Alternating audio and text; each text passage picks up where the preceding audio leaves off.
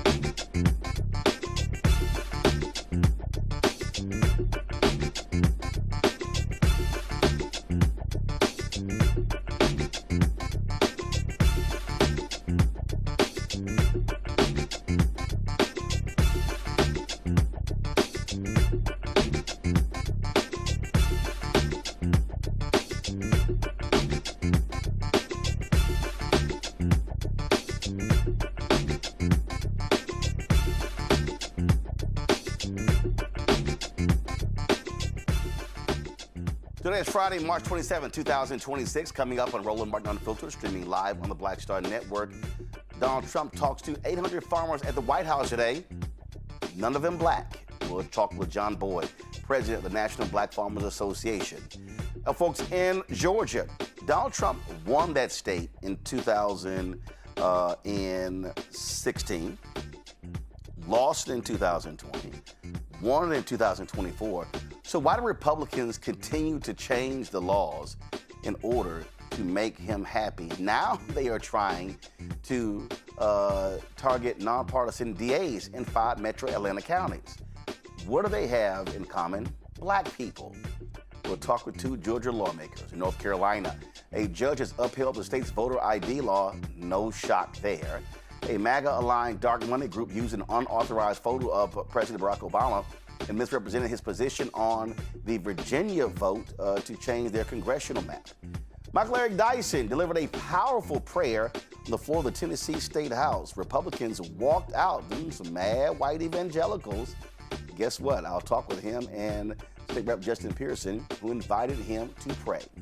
Well, that racist Secretary of Defense Peter Hegseth reportedly is blocking the promotion of 4 officers, 2 women and 2 black men, to become 1-star generals. And South Africa claims it was disinvited from this summer's G20 summit after the U.S. pressured France. It's time to bring the funk on Roland Martin Unfiltered on the Black Star Network. Let's go. He's got whatever the miss, he's on it. Whatever it is, he's got the scoop, the fact, the find. And when it breaks, he's right on time and it's rolling. Best believe he's knowing. Putting it down from sports to news to politics. With entertainment just for kicks, he's rolling. It's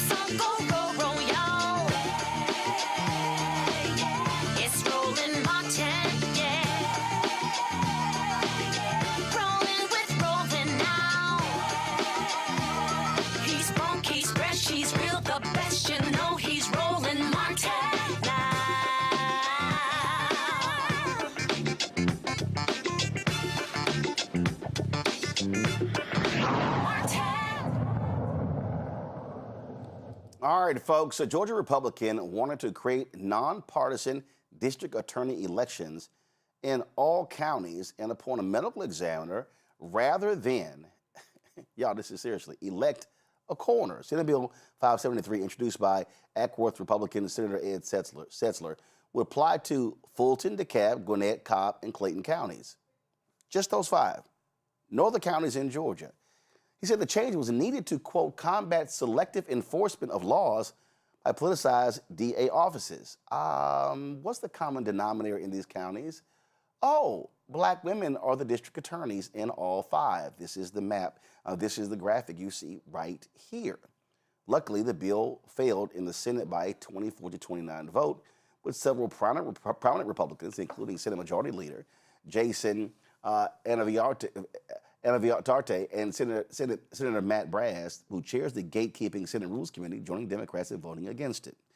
Joining me now, Georgia State Senators Sonia Halpern and Kim Jackson, the first female whip in the history of the Georgia Senate. Glad to have both of y'all here.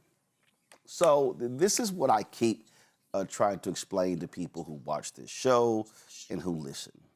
And that is, when Republicans are in power, they are targeting black people. I have said that this administration seeks to defund Black America. They are attacking every aspect of Black America. Education, economics, politics, civil rights, social justice. And so on the state level, where Republicans have power, these things are happening. We are seeing it in Georgia. We're seeing it in Florida. We're seeing it in Texas. In this case, it was defeated, but in so many other examples, they actually are passing laws that specifically target where black folks have been exercising their political power. Well, one quick update is that it was passed today in the House. So we sit in the Senate, but this is a bill that is passed in the House. And as you said, it is very specifically targeting 5 counties that all have in common Black DAs, Black elected DAs who happen to be Democrats. And so this bill is very specifically targeted. If it were good government and good governance, then it would be applied all throughout the state, but it's not. This is a very narrowly tailored piece of legislation that impacts our 5 of the largest counties in the state that represent about 40% of the population of the state and have Black women already in power. And you know as well as I do that, you know, when you have party labels next to your name on a ballot, it can help people just better understand perhaps your values or give them some clues and cues, especially for low information voters who may go in and not know every single name on their ballot for every race. I think back to Texas. Texas used to have straight ticket voting. So you could go into the booth and you can just simply vote all Democrat, all Republican. Well, Dallas County used to be red. Harris County used to be red. And all of a sudden, Democrats started figuring out how to actually campaign. Well, guess what? They took over Harris County, took over Dallas County, Travis County, Bexar County. Tarrant County was the only large county that was red. In the legislature, they said, okay, we're going to get rid of straight ticket voting. They said, we want people to be thinking about the choices in each race. That had nothing to do with it. It was about 1 year, 18 black women won judicial races. They could not stand losing. And so this is what they do.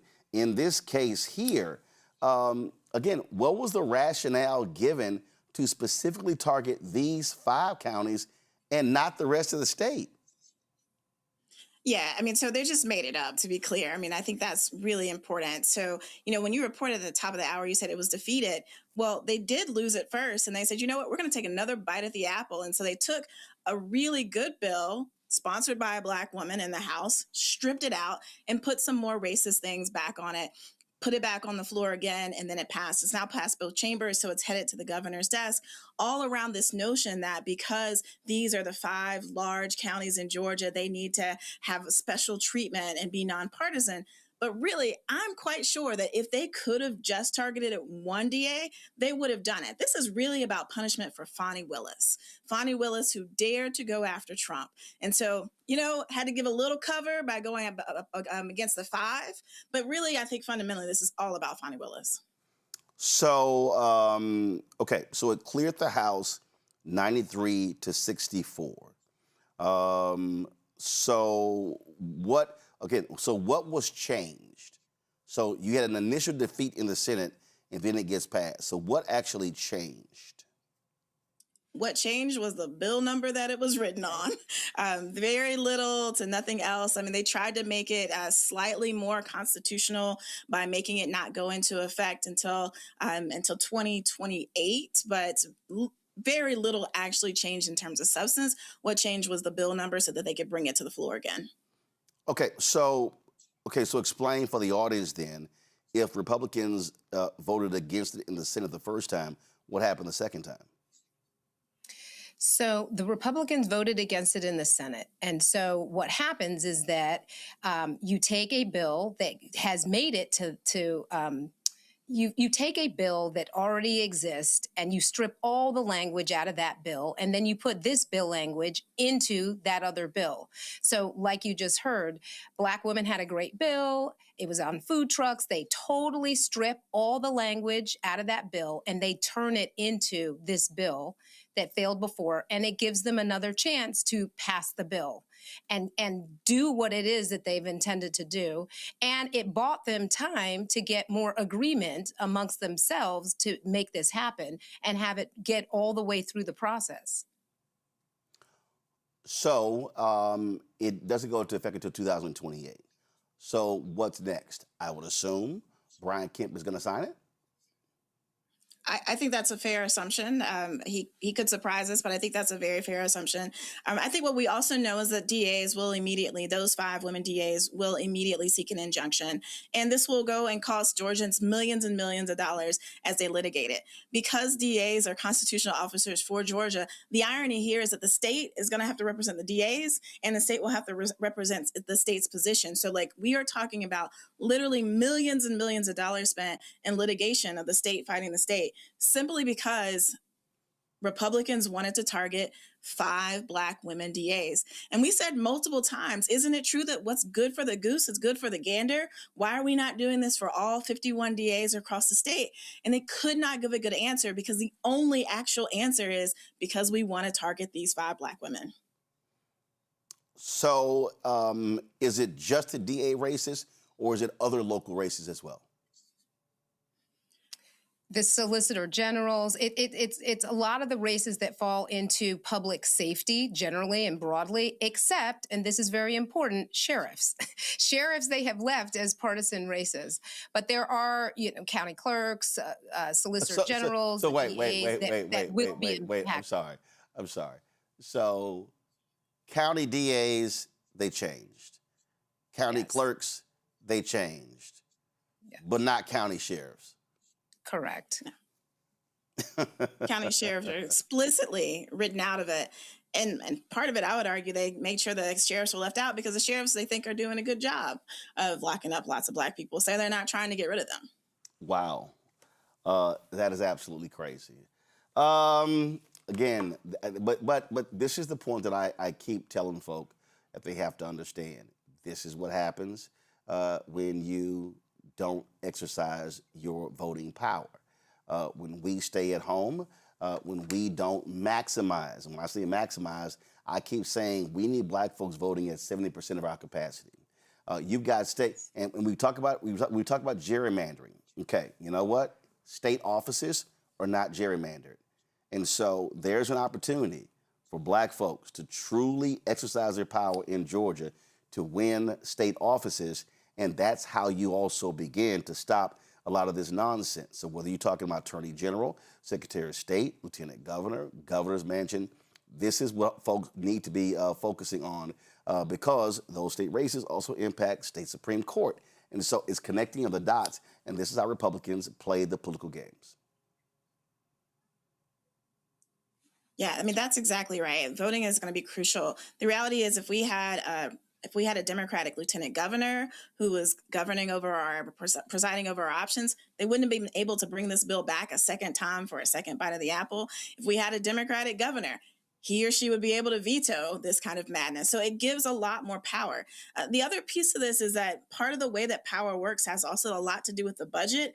And so if you have someone with money in the budget for their district and they're afraid they're going to lose that, they use that as a little dangling piece to make people change their votes when they give them a second bite of the apple. There's a whole lot of different sticks that the Republican parties use against their own members to get them in line in order to pass these things. So it's absolutely essential that we flip these seats, particularly these statewide seats, in order to make sure that we can take away some of those sticks and give ourselves an opportunity to have a line item veto, to be able to veto these things at the very end, and also stop some things from coming to the floor in the first place. When is your primary? May 19th. All right. May 19th, early voting starts April 27th, correct? That's correct. All right. All right. We certainly appreciate it. State Senators Sonia Halpern and Kim Jackson. Thanks a lot. Thanks for having us. Last night, I was in North Carolina, Raleigh, North Carolina, for the Southern Regional Convention of Alpha Phi Alpha Fraternity Incorporated. I moderated a panel where we talked about how do we exercise our political power. Bishop William Barber, who was really there just to attend the session, the brothers gave him an opportunity to speak, and he talked about what our focus must be, specifically Alpha, but also broadly what we must be doing when it comes to exercising our power and not allowing these things to move forward. Watch this. Bishop, listen, I came tonight really to be just with the brother. That's all. I didn't really come to say anything because I think we know where we are. And it's time right now where we need workhorses, not show horses. We need some folks that understand we can't be playing checkers while they're playing chess. There is a third deconstruction going on, and we must decide that we will have a third reconstruction. I've been battling a disease for 47 years.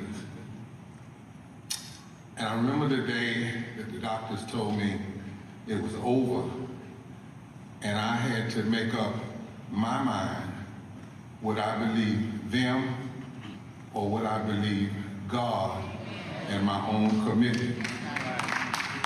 In this moment, this nation is sick, but we've got to decide whether we're going to believe them or whether we're going to believe God, whether we're going to believe our ancestors, whether we're going to believe the power in our own hearts that tell us bowing down is never an option. To authoritarianism, to neo-fascism, to anything that is contrary to our humanity. Now, Roland Martin and I are here tonight, and last at the National, we made an ask I did on his behalf of Alpha, and that is, we need Alpha to give us 1,000 brothers. He and I, you'll find out, we're not going doing a lot of speeches now and rousing people up without a plan. We need 1,000 brothers that we can train in how to do massive voter get out strategically, not just lip service. We're gonna register everybody. Whenever somebody tell you they're gonna register everybody, they lying. They don't plan to do nothing with that because it doesn't make sense. First of all, you don't even need everybody. We live in the region of the country that is going to determine whether this country ends up. It always has come out of the South. You break the back of the South, you change the nation. And quickly, right now, we are in a place where if just 20% of black folk that have not voted or registered in the southern states from North Carolina to Texas, if just 20% would vote strategically, it shifts everything. They don't want us to know that, but that's the reality. And in most of the southern states, it's less than 12%. And if you connect that to progressive whites, poor and low-wage whites, which all of them are not voting against their own self-interest, and others, it goes down to like 5%. So the question is, are we going to do the work? We got all the tools. We got Black Star Network. We got where my friend with Democracy is, our brother who's leading in this state. We have the technology. We have the manpower and the woman power if we implement it. And I'm gonna close you with this. And it might make you say, damn. I hope it does. I hope it makes you say, damn, we're gonna do this. You're sitting in North Carolina right now. There's a scripture in the Bible, in the Psalms, that says, Ephraim had everything he needed to win, but chose in the day of battle not to fight. This is nonpartisan. This is just history. Donald Trump. Come on, Doc. Come on, Doc. In the 1st Congressional District of North Carolina, which is the black congressional district, the 1st and the 12th, right, Brother Ward? Donald Trump won in that district. Now, he won by 11,000 votes, but 85,000 people didn't vote. He won the state of North Carolina by 180,000 votes, 1,850 votes per county, but over 500,000 black folk didn't vote. I heard you, somebody said, damn. Right. That's right.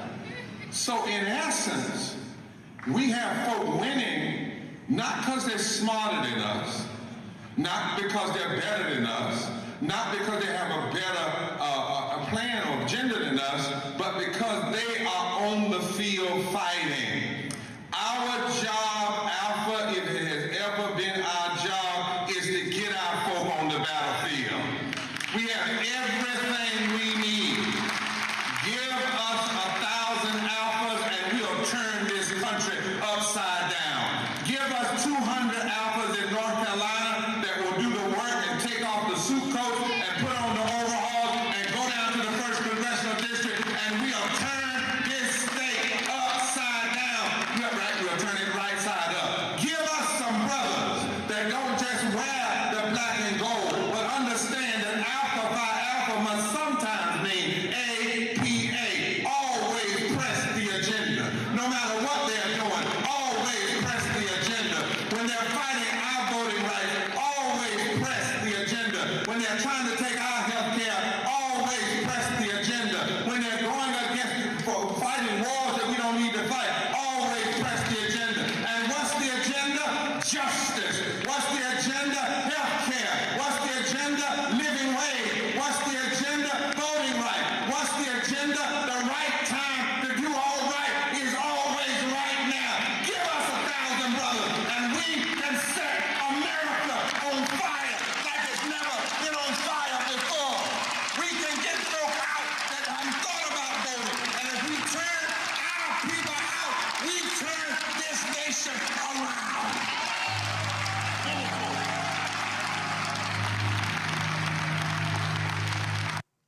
So let me also expand this. Vivek Ramaswamy, who is running for governor of Ohio, he announced in a piece that was in the Columbia Dispatch that Ohio must reform their public universities. Well, guess what he is proposing? He is proposing that Ohio shut down the University of Akron, Kent State University, and Central State University. Central State University is the only public HBCU in Ohio. So again, the person who is going to win the governor's race is going to be driving this particular agenda. I need our folk to understand that this is us playing offense and defense. What we are literally dealing with are Republicans who are attacking everything in Black America. You don't believe me? How about the Florida Attorney General, who announced that he wants to go after the NFL because of the Rooney Rule, calling it discrimination. Y'all, the Rooney Rule only deals with hiring. I'm going to talk about that later. But again, I just need our folk to understand what is at play here. The stakes are incredibly high. And this is not a moment for a lot of us to be asleep at the wheel. Bringing my panel right now. Mike Manning, civil rights attorney, Corpus Christi, Texas, joins us. Cody Danielle, independent journalist out of Birmingham. Michael Imhotep, host African History Network show out of Detroit. Danielle, when I look at this Louisiana versus Cali decision, it's a Louisiana case, but that could very well end the congressional seats of Congressman Shamari Figures, as well as Congresswoman Terry Sewell. It will give these folks the leeway to create new districts and not have to factor race into it at all. That's going to impact county races, judicial races, state reps, state senators, judges, on and on and on. And then we begin to look at so many other things here. We are under a wholesale attack in Black America. And I just keep thinking about that scene from Scandal, where the Joe Morton character tells the Kerry Washington character that you're running around and hopping in a field where bombs are going off and you're mistaking them for daisies. Yeah, I'm glad you brought up the case with Shamari Figures and Terry Sewell. And just to give the people some context, Shamari Figures just won that district in the last couple of years. So the state Supreme Court ruled that the congressional map here in the state was unconstitutional because the state is, I think, about 27% Black, but they only had one district that was that represented the state population, which was Terry Sewell's congressional district at the time. So now there are two districts in the state of Alabama that represent the population of about 27%. And so right now, what I'm fighting and what I'm telling people on my own platforms is that, hey, Tommy Tuberville, who I'm sure you've heard of, Roland Martin, I'm sure he's trying to attack everything that is not white. He recently has who has attacked the Islamic Academy that's here in the Birmingham metro area and has claimed that they are terrorists and they're trying to indoctrinate people with evil things. I mean, I don't even know how to summarize what all he has claimed that they're doing because we know that it's false. And so, I've agreed with you a million times before. Like, this is the time that we need to educate and inform people about the policies that are in place and that are potentially going to not just threaten our survival, but possibly even our existence as a people. We are not exempt from ICE potentially coming and knocking on our front door and saying, hey, we saw your social media post, we're deporting you. Like, that is not far-fetched at this point. And not to get off subject here, Roland, but I'm sure that with even the normalization of ICE being present in our airports, now that is something that is intentionally being done. They're trying to make it seem that us being overseen by another authority system is going to become our everyday life. Again, I keep saying, Matt, connect the dots, connect the dots, connect the dots. And I want people to understand what's going on here. That we have to look at this as one wholesale attack, but just different tentacles that are operating at the same time. Absolutely. I mean, that's exactly what it is. And it's something we've talked about on this show ad nauseum because it comes up every time, and we have to continue discussing it. I mean, we're watching Republicans attack library boards. Like, literally where I live, they have attacked the library board. It's about attacking every system. It's about delegitimizing every system and then trying to stack that system with your people to make it where you want it to be, what you want it to be. And what I thought was particularly interesting about this Georgia situation is that they couldn't enshroud the race, they couldn't really separate the racism from the policy. Because if you look at the policy on its face, it's actually something that wouldn't be bad. Nonpartisan election of prosecutors, right? Nonpartisan affiliation for prosecutors. And then you have, other things that would apply to people across the board. That's actually something I've thought our judges here in Texas should have for a long time. However, when you're only targeting 5 DAs in the state, all of whom are black women, then you can't hide that what it's really about is trying to delegitimize and take the power away from those black women.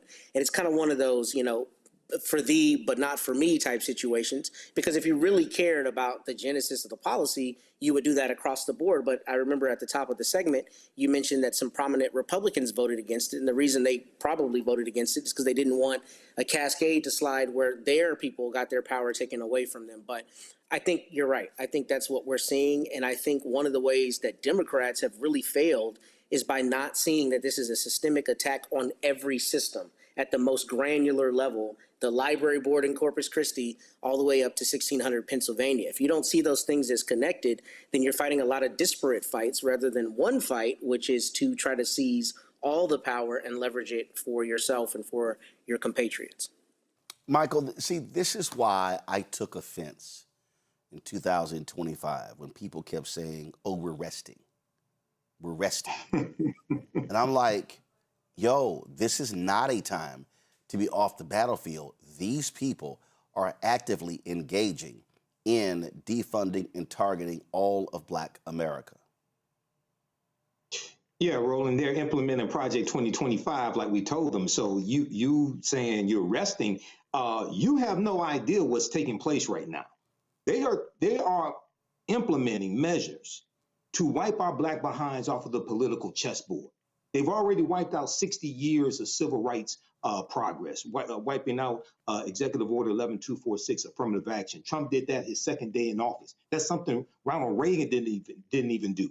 That's something the Heritage Foundation has been wanting to do for decades. They wiped out the Executive Order 13985 from President Joe Biden dealing with diversity, equity, and inclusion, all of this. So, and then when you look at what just happened with Breonna Taylor and the Department of Justice wanting to, if I remember correctly, drop some charges, federal charges against 2 officers involved in that case as well. So this is what's taking place. There's no time to rest, time to regroup, but no time to rest. Now, I didn't watch Scandal, Roland. I know you gave a reference, a pop cultural reference to Scandal. I didn't watch Scandal, but what I would say is people confuse being a frog in a boiling pot of water with being in a sauna or a jacuzzi at the health club, right?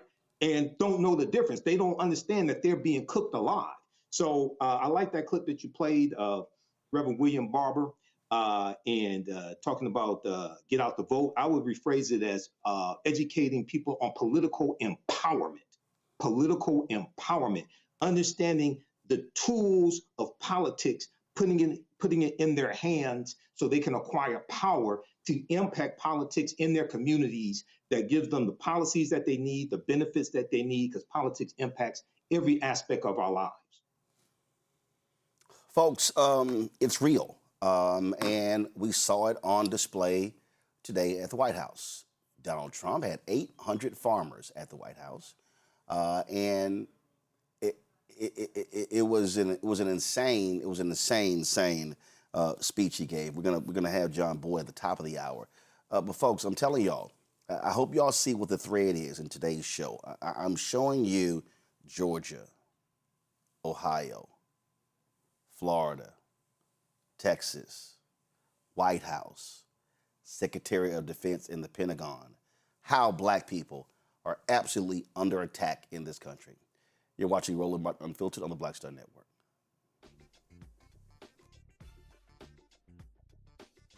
A decade of love, joy, and power.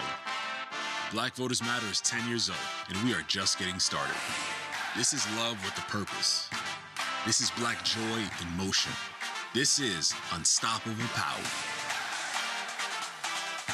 Across campuses, neighborhoods, and back roads. Let's go! We show up, not just to vote, but to be seen, to be heard, to belong. We ride together, we organize together. We remind each other that our voices matter, because they always have. Black Voters Matter is about more than ballots. It's about housing and healthcare, clean water and living wages, education, reproductive freedom, and dignity. It's about turning pain into action, turning belief into movement, turning community into power. We don't wait to be invited. We bring the energy. We bring the love. We bring the people. Because when Black communities come together, we don't just survive, we thrive. This is how change happens. This is how history moves. We organize, we build, we win. Hey, I'm T.D. Jakes, and you are watching the Black Star Network.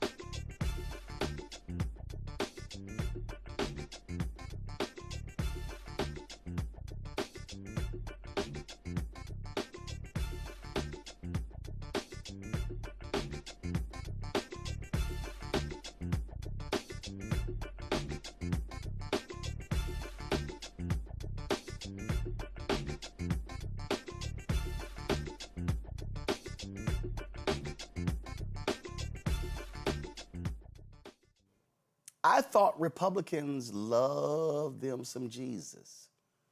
Well, Tennessee State Representative Justin Pearson, he invited Reverend Dr. Michael Eric Dyson to pray before the Thursday House session began in Tennessee. Now, this is a common thing where different people of faith are there to pray. Dyson is a Christian, and so he chose to speak the word of God and to pray for all of the legislators. But not all of them were happy with his prayer. Watch. We come to you for comfort and blessing. Our world is on fire with bigotry and bombs. Despots rule populations with ruthless authoritarianism. We are in the midst of an extraordinary battle for the soul of America. We are in the shadow of the 3rd anniversary of the Covenant school shooting, and yet we still worship guns. In our country, we claim to love freedom, but we resent those who seek to practice it beyond mere creeds. We say we love the Constitution, but we undermine it at every turn. We say we love the Declaration of Independence, yet we fight against equality for all citizens. We deny meaningful life to those who we dislike through unjust laws. We deny liberty for those we despise through a deluge of unconstitutional rules. And we deny happiness to those we abhor through the arbitrary exercise of brute power. Although you encourage us through sacred words to remember the past, too many of us seek to erase history through lies. Come on. We seek to ban books that tell the truth about our country's long, bitter, and still unrealized pilgrimage to freedom. Too many of us support the First Amendment when it favors our slanted side and our distorted views. Slavery was central to the definition of the United States of America. Slavery was crucial to our arguments about who we understand ourselves to be and who gets to say so, and how that knowledge should shape our society and politics. Dear God, spare us from the hypocrisy of a breed of white evangelical piety that emphasize the adjectives white more than the noun evangelical. The hatred of blackness circulates in the lungs of the beast of white Christian nationalism, and we can feel the fire flaming from the nostrils of the dragon of black animosity. Too many of our white evangelical brothers and sisters toss in with a petty, prevaricating pariah who is a callus on the heel of American government and a wound on the body of American democracy. Dear God, we are victims of a tyrant whose malignant narcissism seduces too many citizens to mimic his deadly deceitfulness and emulate his corrupt character. His mouth is full of lies, baffling, corrosive, and tendentious lies, lies that mock any shred of honesty left in our politics, lies that are made up on the spot to justify wacky and wicked actions that lack a hint of intellectual depth or moral decency. Dear God, he and his compatriots attack DEI, and yet they lack the presence of mind to acknowledge that their mendacity is driven by mediocrity. Yes. It is a mediocrity so pervasive and paralyzing that it is laughable that they dare attack women and queers and black folks and indigenous people and brown folks and, yes, immigrants. Their ICE initiatives, whether on the streets of our cities or at airports, are the frozen edges of a bombastic militarism that undermines the law and disrespects the lives of ordinary citizens. Dear God, permit us in this hour of chaos and strife to find our way back to you, the God of the vulnerable, the God of the lost, the God of the oppressed. May we find ways to oppose hate and embrace love, oppose violence and embrace peace, oppose terror and embrace security. Teach us to love and uplift one another, and in so doing, uplift the precious principles and life lessons that you have taught us for centuries. Amen. Amen. Well, and at that point, they did the Pledge of Allegiance. Joining us right now is Reverend Dr. Michael Eric Dyson and Tennessee State Representative Justin Pearson. Representative Pearson, I'll start with you. Explain to people how the rules work where you're allowed to invite your own person to pray. Absolutely. So it's one of the privileges of being a member of the House of Representatives, where you have a chaplain of the day. And I was fortunate months ago to be able to have Reverend Dr. Michael Eric Dyson to be our chaplain of the day. But we do this. Every elected official has the opportunity to have their imam or to have someone of their faith tradition to speak. And we were fortunate to have him speaking in the Black prophetic tradition that we know breaks shackles and puts white supremacy to shame. Michael, obviously you knew that was going to ruffle the feathers of some of those white evangelicals who love to claim that Jesus is the center of their joy, but they use that same Bible the same way the slaveholders did. They actually advance a slaveholder religion. Absolutely. And as Representative, soon-to-be Congressman Pearson has indicated, we come from a tradition. Roland, you're part of that. Representative Pearson is part of that, of a prophetic Black Christian tradition that cries out against the misery, the heartbreak, and the oppression that we see around us. And so I didn't go there in viciousness or nastiness or, any other kind of spirit, except to do what the Bible calls us to do, is to call out wickedness in high places, is to expose the immorality that often passes for common decency. And white Christian nationalism has been a bane to our existence because it's the joining of Christian ideology on the one hand, or Christian theology, with a white supremacist ideology on the other. And we've got to oppose that and resist that. And when Representative Pearson invited me into Tennessee's House of Representatives, I knew I wanted to at least focus on that. Because after all, a bill was recently suggested, thank God defeated in that August body, to give the death penalty to women who had abortions. This is the kind of extremist ideology that has choked the lifeblood of Christian thought in those quarters, and I wanted to express a different worldview. And Representative Pearson, the reality is, you've got some of your Black colleagues who would rather play footsie with the devil in that chamber. They have not been particularly, some of them, happy with you, Representative Justin Jones. They think y'all loudmouth. They think y'all make too much hay out of things. But it's also important that if you're going to have a prayer, that leader should speak prophetically. Anybody, even these white evangelicals, well, it all depends upon what Bible they use. When you talk about the prophets said things to David, to Saul, to others they did not want to hear. That's the whole point of a prophetic tradition. You are to say things that are going to make folk uncomfortable. But people want to adopt a religious view, particularly for people who practice Christianity, that sanitizes Jesus, right? That sanitizes the gospel to the point where Jesus, in essence, is just a good guy who something bad happened to. But he isn't a radical revolutionary who advocated for the poor, the marginalized, the disinherited, the disenfranchised, who elevated the status of women to equality. You know, they try and transform Jesus into being a tool of oppression rather than a tool of liberation. And so when we speak through the Black prophetic tradition that says in the James Conian way, right, God is on the side of the oppressed, God fights and is on the side of those who are marginalized, people who perpetuate the policies, the practices, the ideologies that continue that oppression oftentimes feel like they are being targeted.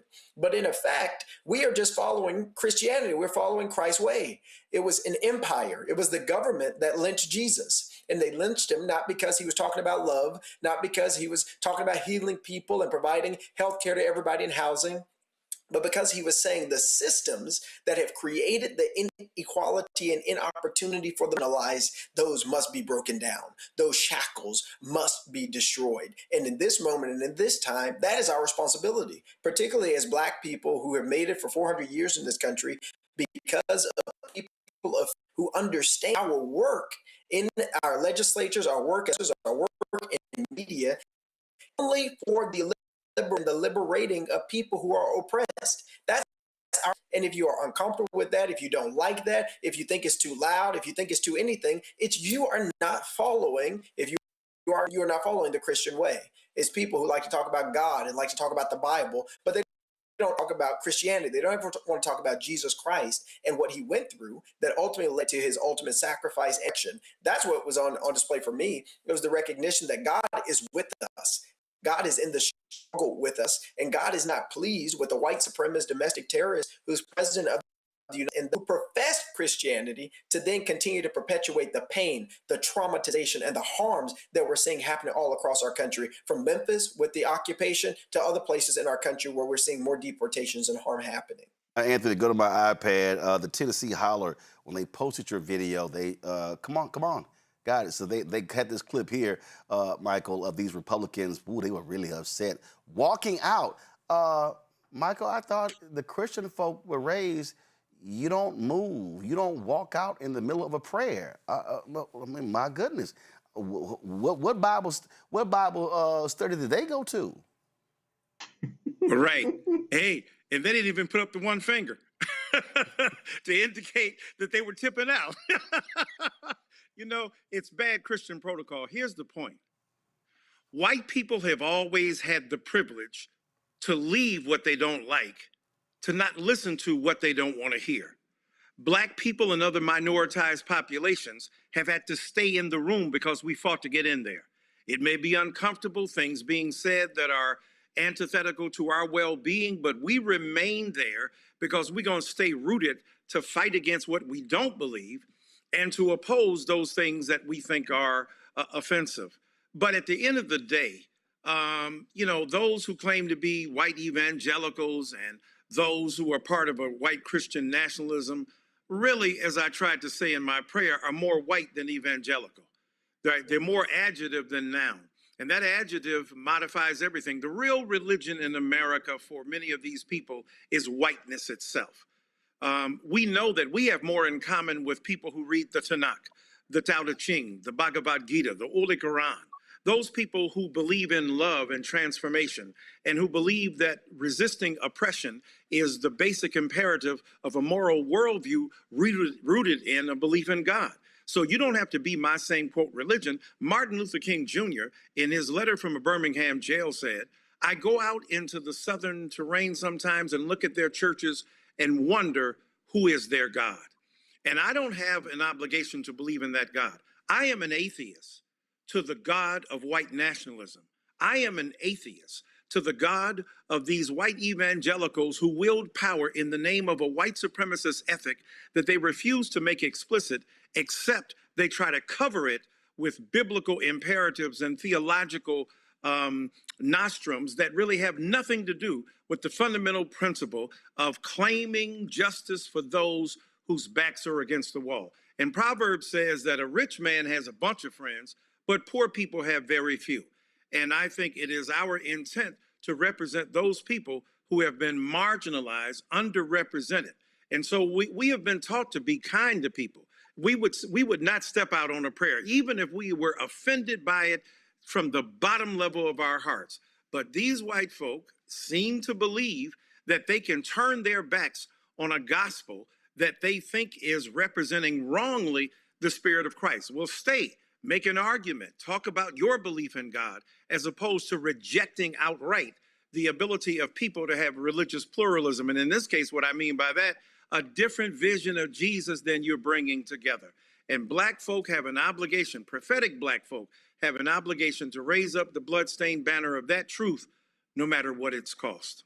Senator Pearson, this was so interesting because just a few days earlier, your colleague, Representative Justin Jones, posted a video of essentially a worship service taking place on the floor of the Tennessee House.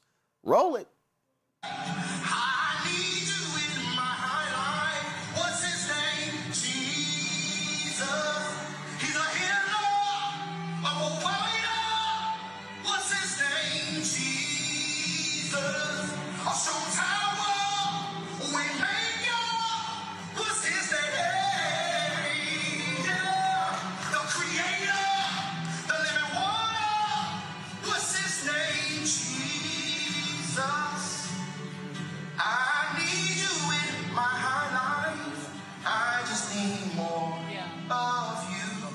So what in the world was going on during our legislative session? Representative Pearson, boy, they wasn't walking out on that one. No, because as long as they have a Jesus that they can control, that they can manipulate enough to be able to bludgeon, to be able to take away access to health care, to hurt women's reproductive rights, to attack queer people, to separate black folk and white, as long as their religion is big enough for them to be able to hold it and mold it for oppression, they'll pray to that God. They'll worship that Jesus. But once you remind them that Jesus is brown-skinned, that he was the son of a teenage mother, that he did not come in and on a white horse and living in a castle, but rather was a poor person who came from the bottom in order to save and have salvation for everybody. Once you start telling the true gospel, they start to lose their religion. Because as Dr. Dyson was saying, the religion is not actually what's in the book. It is white supremacy, and their religion is only oppression. And so any challenge to that, any question to that is what you see them walking out on. They can't stand it. They don't want to talk about it. They don't want to listen to it. And you ask them, and I have, what did Jesus say about that? Because Jesus gives us 2 commandments. Right? When asked, what are the 2 things you got to do? You got to love God with all your heart, and you have to love your neighbor as yourself. And who is your neighbor? I'm convinced that the neighbor in this moment in time is the immigrant. Right? The neighbor is the black woman who needs more resources. The neighbor is the person who's being priced out of their community because multi-billion-dollar corporations are buying their neighborhoods. I believe our neighbor is the person who can't afford access to health care because pharmaceutical companies keep making billions and billions of dollars in profits while we suffer and struggle. And you say that, and they're like, no, that's not in the book that I read, because that's not the book they are reading. That's correct. They're reading Project 2025. That they're reading a different book. It has nothing to do with Jesus Christ. It has nothing to do with Mary Magdalene. It has nothing to do with healing the sick and giving sight to the blind. Their philosophy and theology only surrounds how do you get more white, mediocre men more power. And if you can do that, then they'll worship it. Then they'll pray to it. Then they'll praise it. And this new apostolic reformation that P. Hegseth and all these other folks are a part of is dangerous. Because what we are seeing is our democratic institutions, lowercase d, being used as a tool for a theocracy that is rooted in white supremacy to be implemented in our country. And so when P. Hegseth is the Secretary of Defense, they call him Secretary of War now, right? When he is in these positions of power and they're taking this ideology into the places they serve, we see the Joint Chief of Staff, a black man, getting fired. Right? We see a lot of the services like USAID, which made sure that HIV was going down and made sure that poor communities, particularly in black places on the continent of Africa, got resources. Those get destroyed by Elon Musk and Doge. That's not accidental.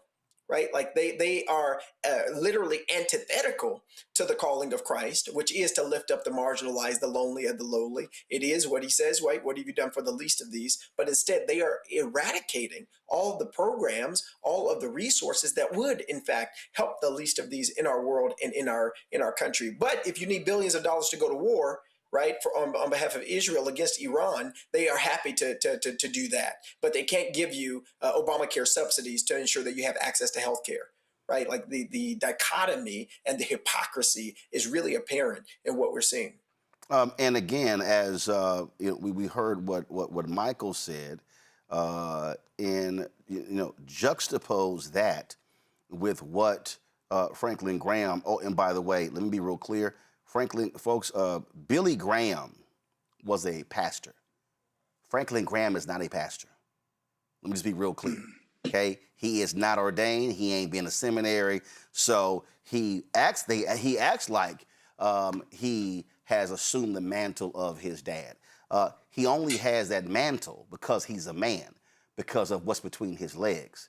The real pastor who followed in the footsteps of Billy Graham is his sister, Ann Graham Lutz, but she's a woman, and she couldn't get the family jewels. But this is what this so-called evangelical Franklin Graham had to say at CPAC. Listen to this. And I love Donald Trump. Is he perfect? No.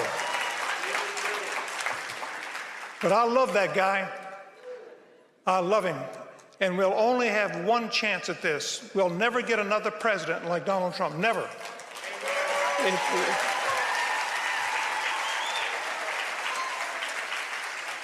that's why it's important that we do everything that we can to try to get him reelected. Y'all hear that? This fool was talking about getting reelected. Michael, this is who these people are. He knows it's not constitutional, but this is what happens when you have a white evangelical who will sell his soul to Donald Trump, knowing he is a liar, he is an insurrectionist, he is a thug in chief. I mean, absolutely right. And they had a problem with Obama because he had a tan suit and tan skin. Well, first of all, Franklin Graham often questioned the Christianity of Obama. Oh, absolutely right. As did the present president of the United States of America, who reads the Bible upside down and calls it 2 Corinthians. But this is your king and this is your leader. This, again, is, as Representative Pearson so brilliantly articulated, this is what happens when real religion is displaced by ideological affirmation, by white identification with the other. When Pete Hegseth today, part of that apostolic reform tradition, his pastor and another Christian minister prayed for the death of James Tallarico, prayed that he would be killed. And then they tried to, in a way, revive it by saying it was a metaphor, to die in Christ and to be raised again. And so, no, bro, you knew what that was going to signify. You knew how that was going to amplify. You knew how that was going to echo across the waves of white supremacist ears that heard a dog whistle for this man to be snuffed out. This is the justification that they offer. And then we know Pete Hegseth today removed from the list of those to be promoted in the military, in the Army, 2 black people and 2 women who were going to become 1-star generals.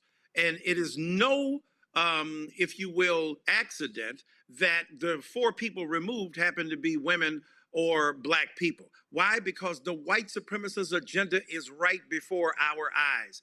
And the Christian right is justifying and legitimating the insurrectionist appeal, a theology of apostasy against the very depth of our commitment to the true God, which says we must sacrifice and redeem the nation through that sacrifice. I hear nothing about redemption from these people. I hear hatred, I hear bitterness, I hear bile, and this is for a fascist, a dim-witted dictator, a dummy demagogue who refuses to acknowledge the centrality of intelligence or science. And those, it is not just him, it's those who surround him. this featherbrain, this ninny hammer, this person who has no basic intelligence, who is except a genius of manipulating the media, that we must acknowledge. But those around who know better should never again tell us about the Constitution that they will always offend, the Declaration of Independence that they will never read, the Bill of Rights that they reject constantly, or the magnificent credo of this nation, e pluribus unum, out of many one. That is diversity, equity, and inclusion in one simple phrase that they consistently deny. Why? Because it undermines the legitimacy, the worth, the value in their eyes of what whiteness is. The real religion in this country is whiteness. The real politics in this country is whiteness. And the real goal of those white evangelicals in cahoots with these ideological extremists who are really identitarians in the worst sense of that term, is about whiteness in this country. And anything that challenges that will never be accepted. Indeed, indeed. Michael Dyson, Representative Pearson, I certainly appreciate it. Thanks a lot. I appreciate you. Folks, going to a break. We come back. Black farmers, were they in attendance at the White House today when Trump talked to 800 farmers? Nope. We'll talk to John Boyd next on Roland Martin Unfiltered on the Black Star Network. Support the work that we do. Join our Bring the Funk fan club if you want to contribute to continue to make this show center on our folks, this show, but also the 5 other shows on the Black Star Network. Your support is absolutely critical. Our goal is simple, to get 20,000 people contributing on average $50 each a year. That's $4.19 a month, 13 cents a day. That raises $1 million. That offsets the expenses that we have, which come out to be about $195,000 per month. If you want to support us via Cash App, use the Stripe QR code. You see it right here. That's also for credit cards. Checks and money order. Make it payable to Roland Martin Unfiltered. P.O. Box 57196, Washington, D.C. 2003 7-0196. PayPal's R Martin Unfiltered. Venmo's RM Unfiltered. Zelle, Roland at RolandSMartin.com. Roland at RolandMartinUnfiltered.com. We'll be right back. With medicine and science under attack, I want to keep you and your family informed and healthy. I'm Dr. Ebony Hilton, and I knew at the age of 8 that I wanted to be a doctor. So I studied hard and became the first African-American female anesthesiologist hired at the Medical University of South Carolina since its opening in 1824. And I always say I was made into a doctor, but I was born to be a mom. And as a new mom, wife, sister, daughter, and friend, I understand how frightening a medical crisis can be. I care for individuals on some of the worst days of their lives, and it's my mission to provide you with a safe space to gain clarity on issues affecting your mind, body, and soul. I recognize that there are health disparities, particularly as it pertains to race, and I want to help bridge the gap between you and your healthcare providers. Join me every Thursday for Second Opinion on the Black Star Network, where each week I'll invite experts from various medical fields to share the latest health news. We'll discuss topics such as the vaccine debate, mental and sexual health, medical bias, infertility, menopause, andropause, nutrition, and aging. Together with my medical colleagues, we aim to provide you with a second opinion. Don't miss it, Thursdays only on the Black Star Network.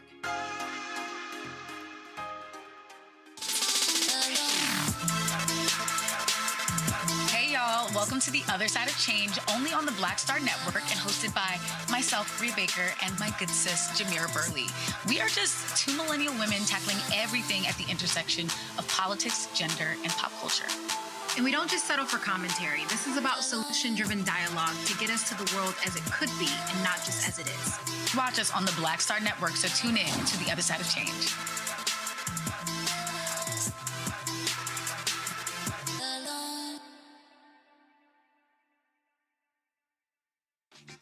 My name is Bill Duke, and you're watching Roland Martin Unfiltered.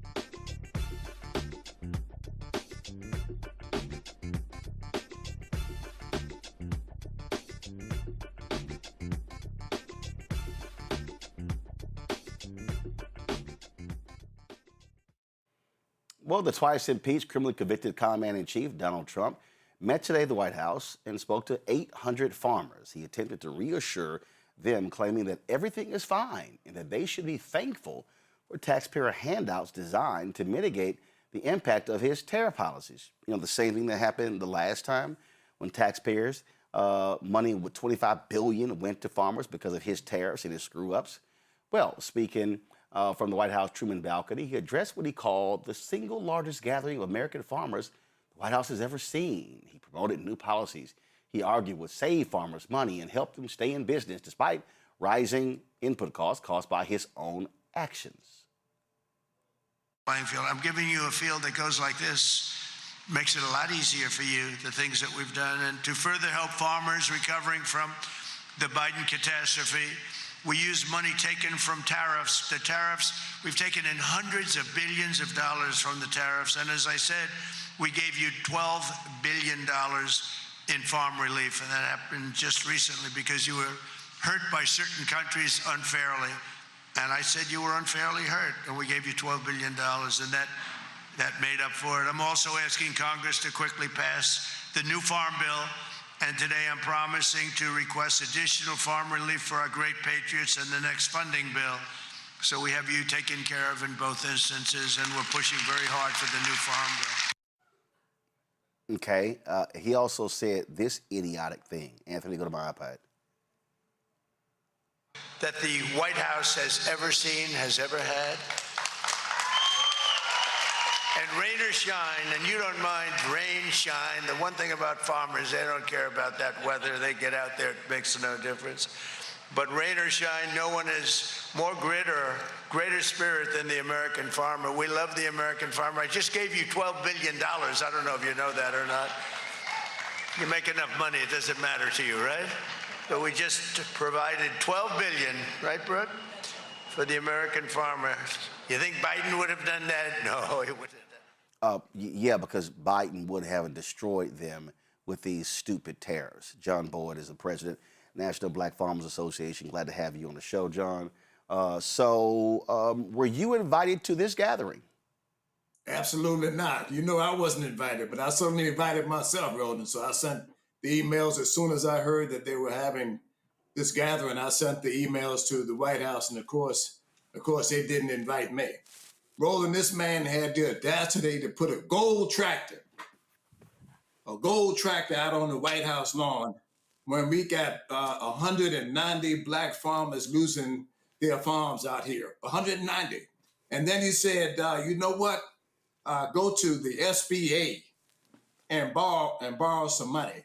While we got 190 black farmers facing farm foreclosures due to this president's tariffs, due to this president's war where we're spending $1 billion a day. And not only that, he was touting how much money he made from the tariffs while we paid for the tariffs. The farmers were the one that paid for the tariffs. Right. He paid for the parts that came in, and we lost the money due to lost income, all by this president's policies. So I sat there and watched that, and he said, he had 800 farmers out on the White House lawn, but didn't invite any black farmers. Like, we don't contribute to America's agriculture fabric. You know, what an insult to our people here. And this is something that these white farmers keep supporting. This man is laughing in their face, and a lot of those farmers out there in that audience, Roland, I can almost promise you that they're facing foreclosure too. So this is a farm crisis, and he's up there talking about the golden jubilee and got a gold tractor, and it sounded like he kept saying 2 or 3 times, go out and buy a new tractor, Roland. While we got black farmers who can't meet their financial obligations, they're behind on their mortgages and farm operating loans and farm equipment loans. And this president is out there saying, oh yeah, go out and buy some new tractors. How offensive to these farmers, man. I had to go. And guess what? On top of that, we got diesel fuel, right here in my hometown, man. $6 a gallon while he's touting how good a shape America's farmers in. They got money, they don't need money and all this stuff. Fertilizer is up 40%. 40%. For people to understand that, $140 a ton to $200 a ton for the real good fertilizer, all due to this president's war. So we're not in bad shape because of something that we did. We're in bad shape because of this president's policies, and he's still talking about Biden did it. Biden didn't impose tariffs. This is his baby. This is his thing that he put into place, and now he wants the American taxpayer to bail him out, you know? I had to go over there and grab my hat since you got your black hat on. I mean, here's what. Hey, Roland, it's Friday, man. Here's what is just insane to me. This fool says, I'm giving you the money from the tariffs, but the tariffs are the reason why the farmers have been losing money, and the tariffs were paid by American companies, not by anybody else, and these idiots are sitting there going, oh my God, we're gonna applaud that. Not only that, you mentioned this here, y'all roll a video of this golden tractor. Yes. Like, I don't understand how in the world you could not be insulted by this idiot displaying a gold tractor. These people are filing for bankruptcy. You have suicides, all this sort of stuff, and they're sitting there clapping for this idiot. Hey, Roland, man, a gold tractor on the White House lawn, man, when many of us barely could have enough money to fix our equipment. He said, I think I counted at least 3 times, to go out and buy a new tractor, man. So it's almost like it was an endorsement for John Deere and some of these other companies who, as you know, don't like black farmers too. Man, we don't have no money to buy a new tractor when we're trying to hold on to our legacy of farms here in this country. And this, I'm gonna keep saying it, that man right there you're looking at, that president is the one that has put America's farmers on the farm auction block. And like you said, bro, they're sitting up there clapping, man. Like they was just glad to be there. And anything he said, they was clapping for him. And I'm gonna keep saying it again. It's his policies that have put American agriculture in the bad shape that it's in. Those tariffs to Canada, China, Mexico, and now we over here in this war that's costing us $1 billion a day. And he keeps boasting about that American farmers are doing so well. When farm bankruptcies are up 46% in this country, but he said we're doing good. Farm suicides are up in this country, but he says that we're doing great.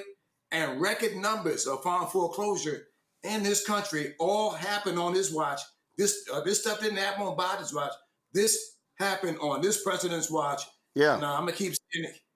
He gets an F-. And that's probably why I didn't get an invitation to his meeting, because I would immediately say, what are you going to do to stop farm foreclosures in this country so that these 190 black farmers can keep their farm? I mean, that would have been my first question to this president. We often talk about white folks voting against their interest.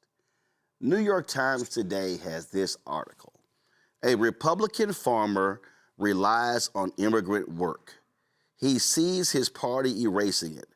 For 20 years, Tim O'Harrell has asked lawmakers to acknowledge that America's food supply depends on immigrants. Politics went in the other direction.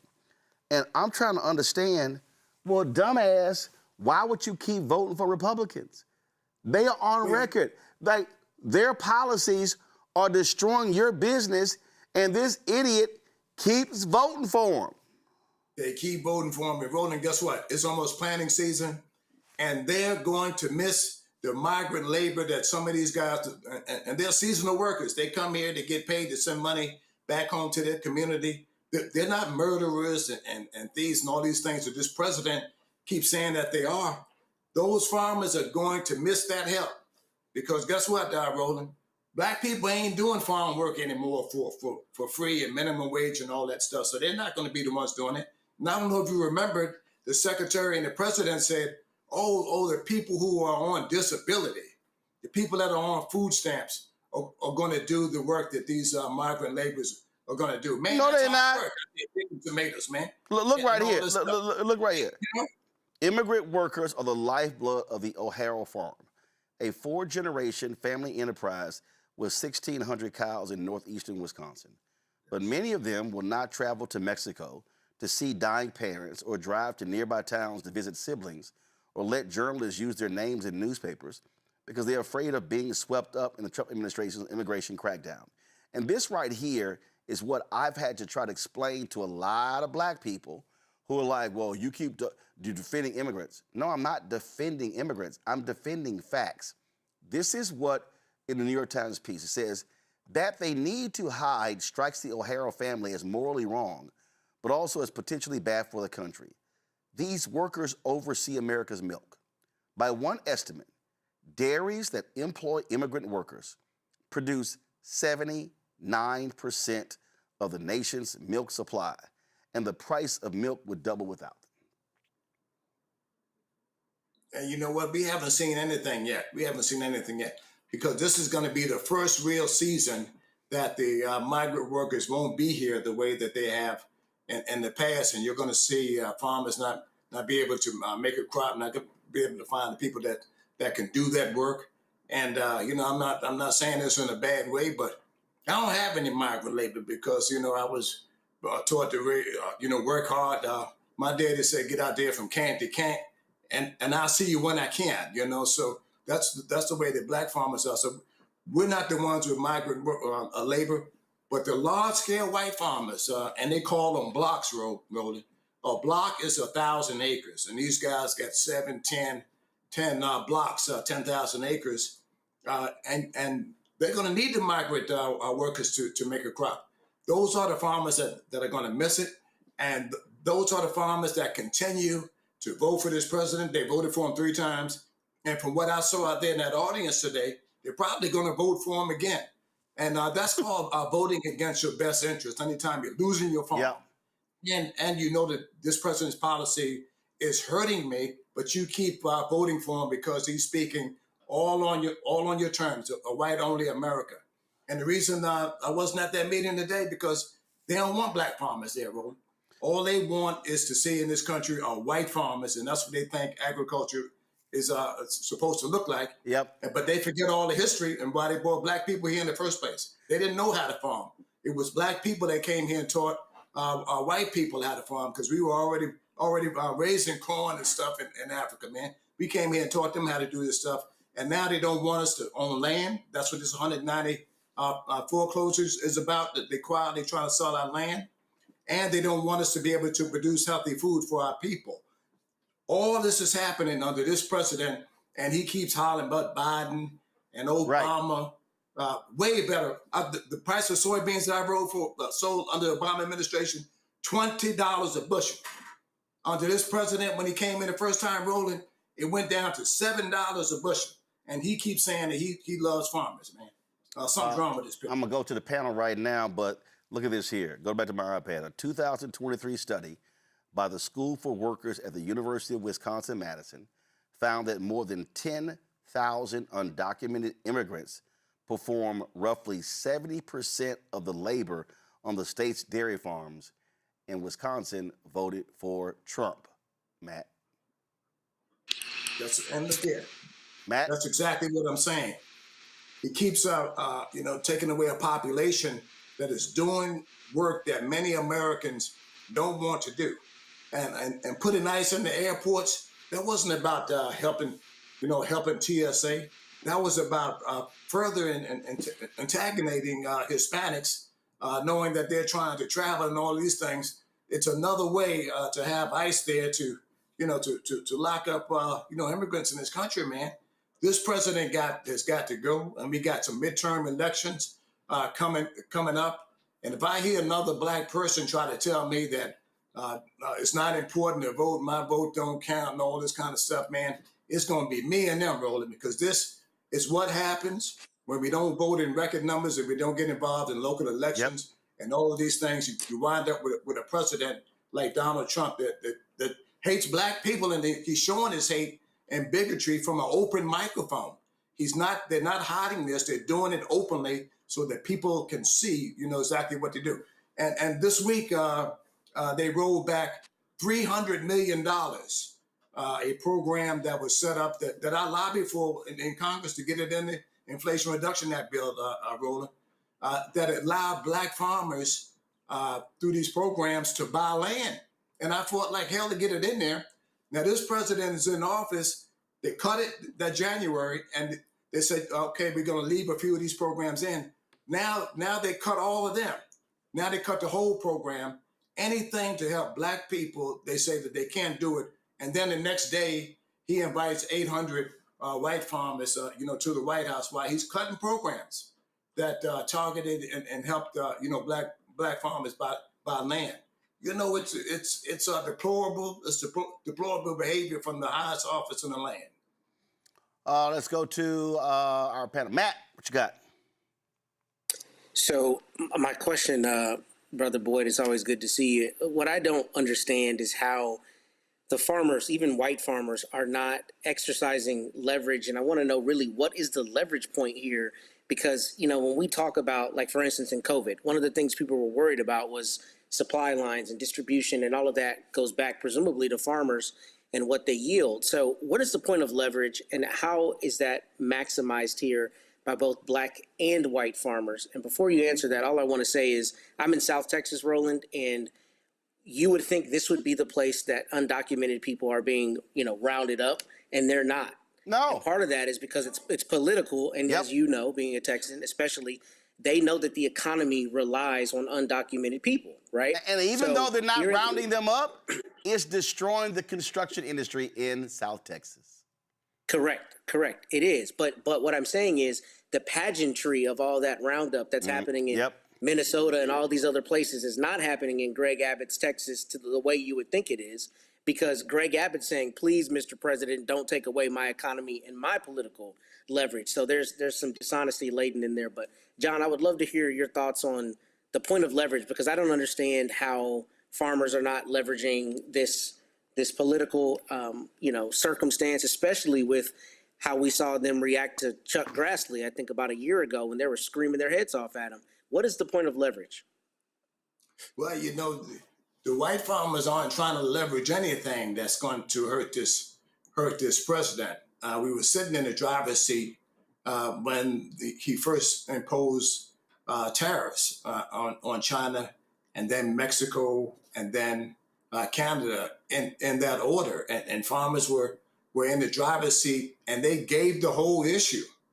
They gave agriculture to this president when they didn't speak up and push back against this president's tariffs. Oh, give him some time. We want to work with this president. They gave away our leverage as farmers. Black farmers, we're not that large in the scope of things in the whole agriculture sector, but on the southeastern corridor of the United States, we do hold some play there.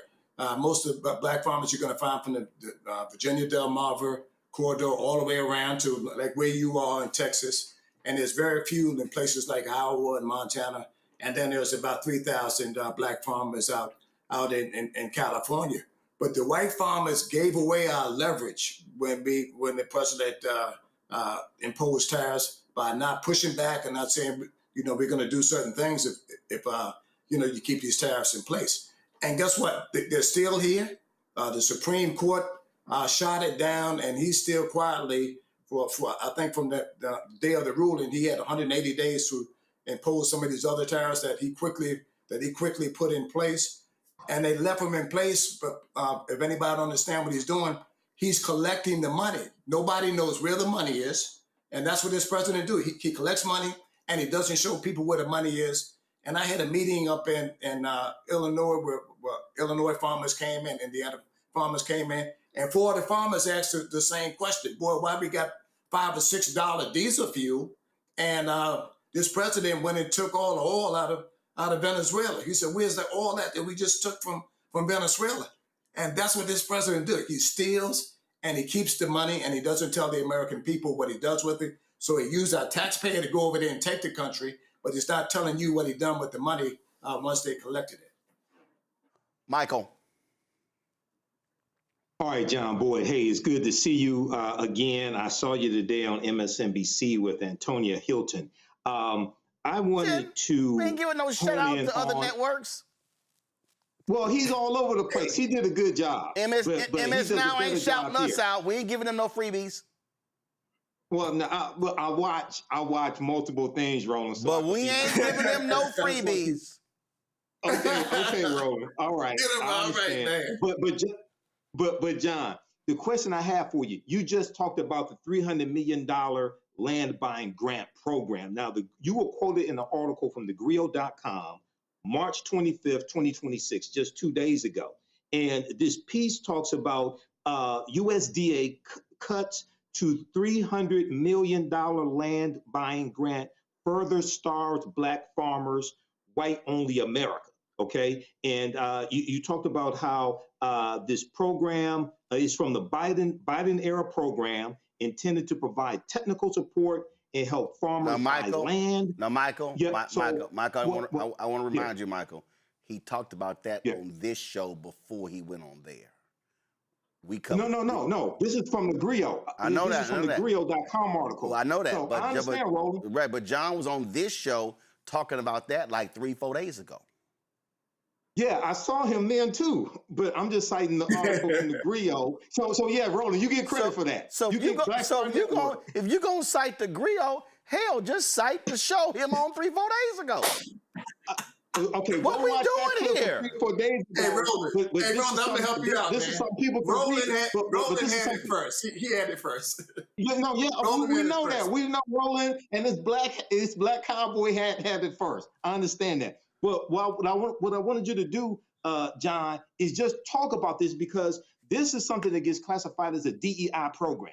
And you have a lot of ignorant Black people out here who said the Biden-Harris administration didn't do anything for Black people and that DEI only benefited white people and white women. Talk about more how this program benefited Black farmers that you actually know and represent, please. Thank you, Roland. And before I do, yes, absolutely. And you have to look at all of the land that we lost in this country.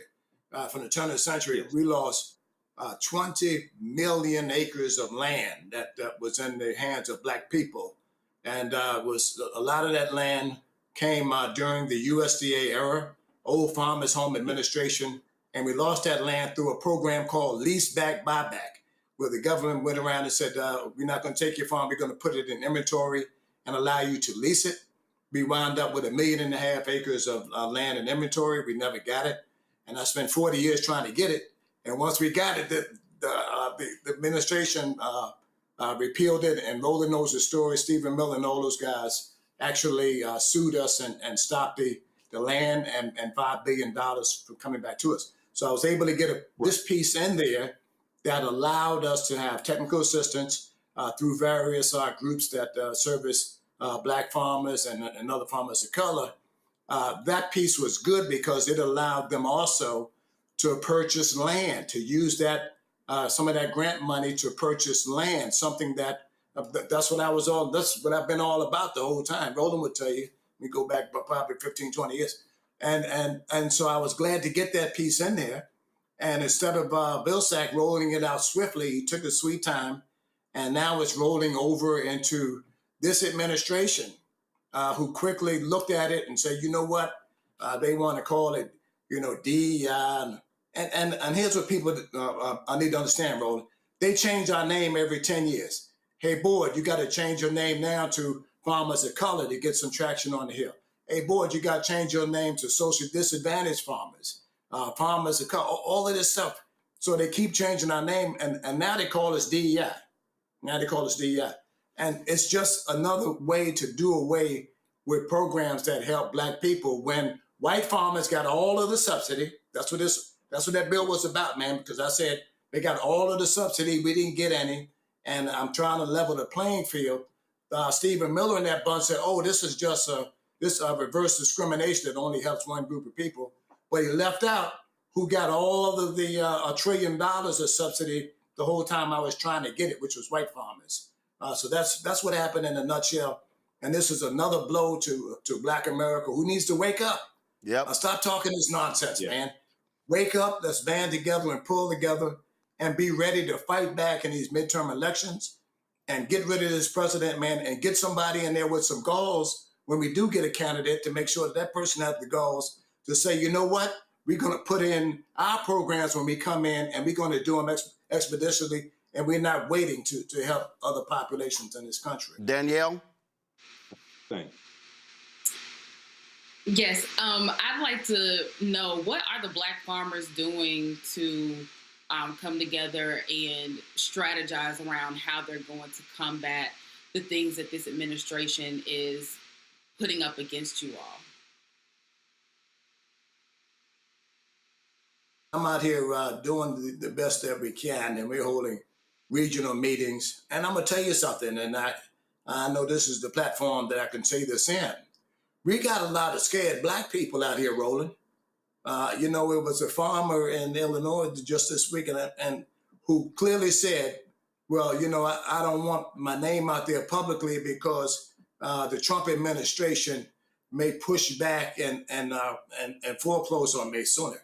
And I had to explain to him, if you're in foreclosure, that is the last step for you. And the only way to get some help is to get public and let other parts of the country know, other Black leaders and some other persons in this country to get the ability to write a happy check to help you out. You're going to have to get public, man. So we got a large population of Blacks in this country that simply are afraid of this administration. And everybody ain't like me and Roland, who's going to get out here and call the shot and call it a spade, and all these things. We need other people to step up and help us here. You know, I've been on Roland's show, and guess what? Not one Black billionaire has called me to say, hey, boy, I want to help you write a happy check for these 190 Black farmers that are in foreclosure. So there's things that we have to do better amongst ourselves. While we already know that from the likes of this president out there with the gold tractor, that gold tractor was not for Black people. So we got to start wanting ourselves. We got to start working together, and we got to do it expeditiously. We can't sit back and say we're going to wait another 3 years for this president to leave while we lose, you know, the remaining acres that we have amongst Black people in this country. Absolutely. John Boyd, keep the fight going. I appreciate it, my brother. Thank you, man. I love you guys. Appreciate it. Thanks a lot. All right, folks, got to go to a break. Yeah, I'm going to have to tell Michael, reclaiming my time. All right. Let me, coming back, we're going to talk about Pete Hegseth showing his racism by denying opportunities to promote Blacks in the Pentagon. We'll talk about that. Also, a member of Congress from Florida, she's in trouble, found guilty by a House Ethics Committee of 25 charges. We'll tell you about that as well. You're watching Roland Martin Unfiltered on the Black Star Network. A decade of love, joy, and power. Black Voters Matter is 10 years old, and we are just getting started. This is love with a purpose. This is Black joy in motion. This is unstoppable power. Across campuses, neighborhoods, and back roads. Let's go! We show up, not just to vote, but to be seen, to be heard, to belong. We ride together, we organize together. We remind each other that our voices matter, because they always have. Black Voters Matter is about more than ballots. It's about housing and healthcare, clean water and living wages, education, reproductive freedom, and dignity. It's about turning pain into action, turning belief into movement, turning community into power. We don't wait to be invited. We bring the energy. We bring the love. We bring the people. Because when Black communities come together, we don't just survive, we thrive. This is how change happens. This is how history moves. We organize, we build, we win. Hey everybody, I'm TD Jakes, and I want to encourage you to watch Roland Martin Unfiltered. It'll blow your mind. The House Ethics Panel has found Florida Democratic Congresswoman Sheila McCormick guilty of 25 violations related to ethics charges. Friday morning's decision was the result of a secret vote following Thursday's 7-hour hearing and overnight deliberation by the House Ethics Subcommittee. McCormick faces censure, reprimand, removal from committees, or even expulsion from the House. The Justice Department indicted her in November on charges of stealing and laundering $5 million in federal emergency management agency funding. Her family's healthcare company, Trinity Healthcare Services, was working with FEMA through a COVID-19 vaccination contract and allegedly got $5 million overpayment. The DOJ claims that she and her brother did not return the money, instead routing it through multiple accounts and using it to fund her successful 2022 special election campaign. McCormick has denied any wrongdoing and pleaded not guilty in the federal criminal case. The Ethics Committee will hold a hearing after the House's 2-week spring recess to determine whether to impose any sanctions against her. And a prominent contractor from Chicago died following a shooting that happened in broad daylight near the United Center. According to police, 67-year-old Jerry Lewis was shot in the head on Tuesday afternoon. He was transported to a local hospital, and that's where he died. Family members described Lewis as a successful contractor and developer who played a significant role in Project 1901. That's the multi-billion-dollar redevelopment around the United Center. They report that he was just walking between two offices when two gunmen approached him and opened fire. As of now, there's no information regarding any suspects or motive for the shooting. A Maryland woman hired a crew of 6 Guatemalan workers to replace her roof for a $10,000 project. When it was time to pay, she called Immigration and Customs Enforcement to report them. As a result, ICE agents took the workers into custody. Legal experts say that if these allegations are true, the homeowner could face felony charges under Maryland law. The Maryland Criminal Law Code prohibits obtaining labor or service through the threat or actual use of reporting someone's immigration status to authorities. The statute aims to prevent situations where employers or clients exploit undocumented workers by using the threat of immigration enforcement as leverage to avoid payment. And a former sergeant for the Detroit Police Department is facing serious allegations of living a double life as a serial rapist. Prosecutors have charged 68-year-old Benjamin Wagner with 5 separate sexual assaults involving girls and young women between the ages of 15 and 23.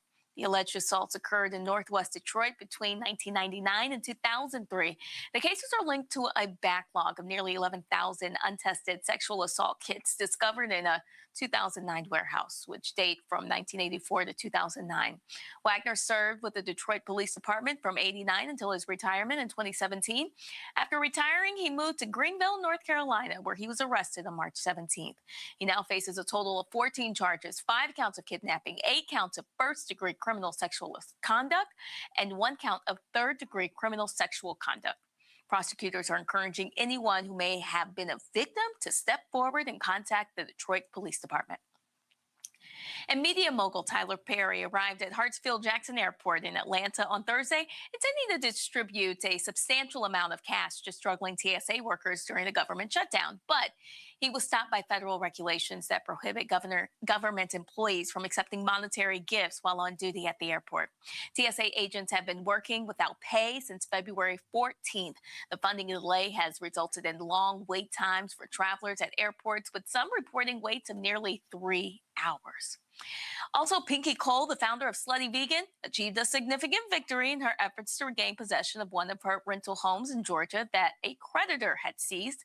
Cole filed a motion in bankruptcy court to reclaim the property so that she could rent it out for income.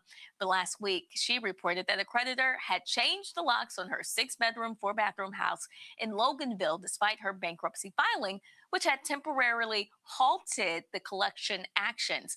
Well, her attorney, Jamie Christie, noted that the creditor did not appear in court, leading the judge to rule in Cole's favor.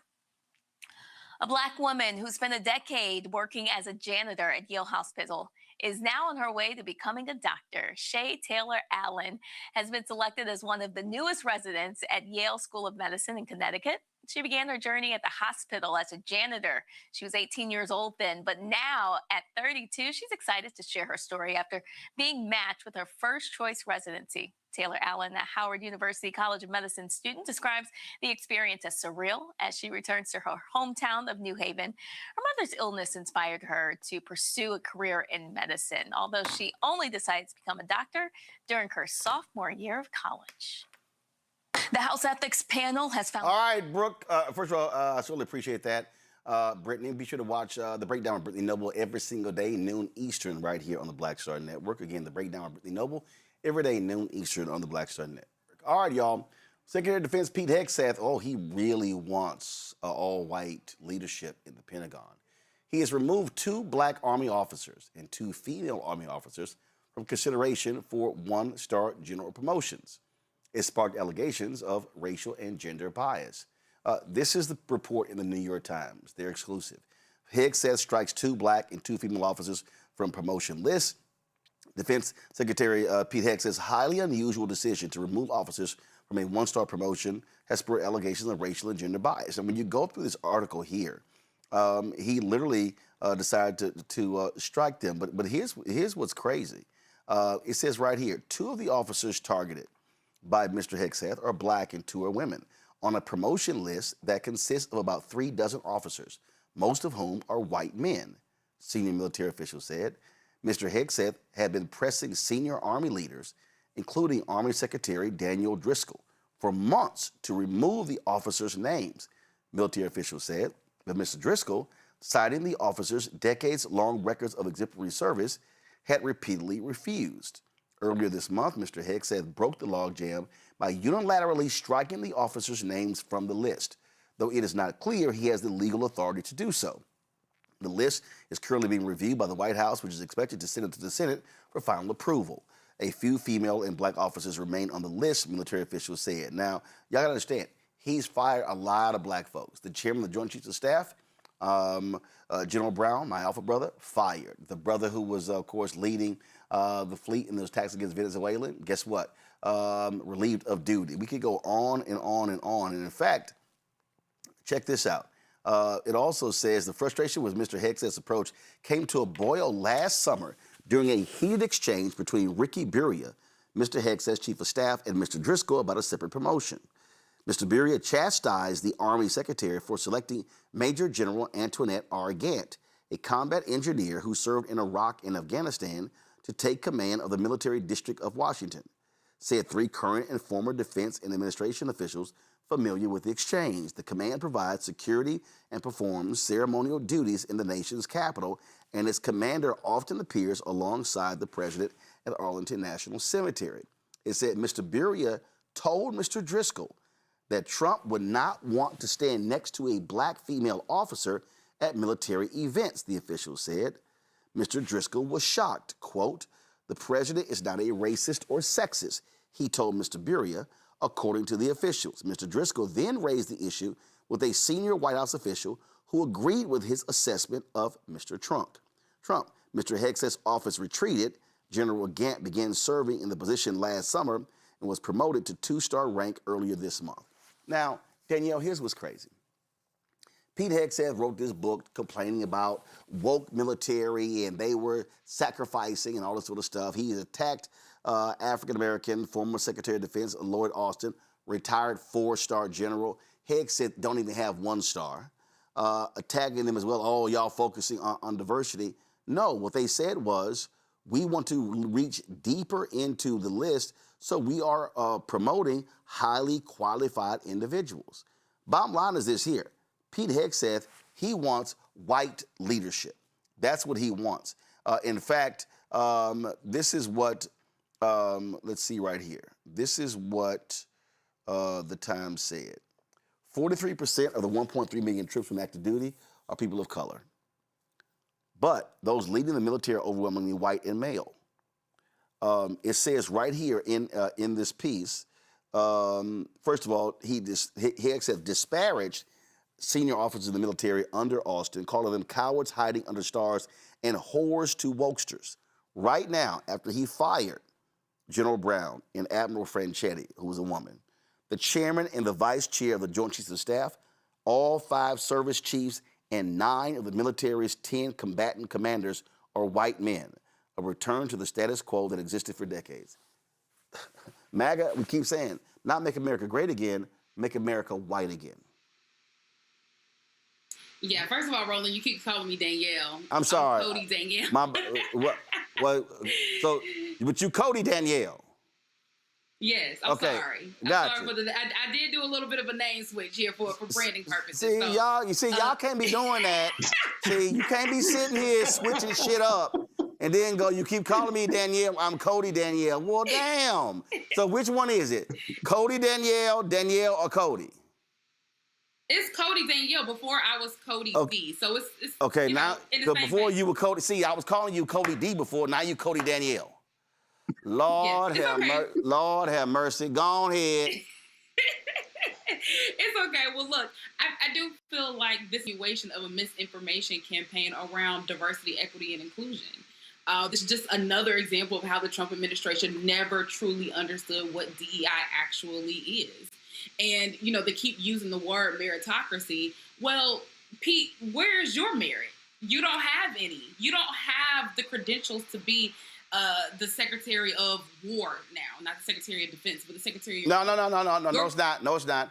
Only Congress can change the name of a department. He's still Secretary of Defense.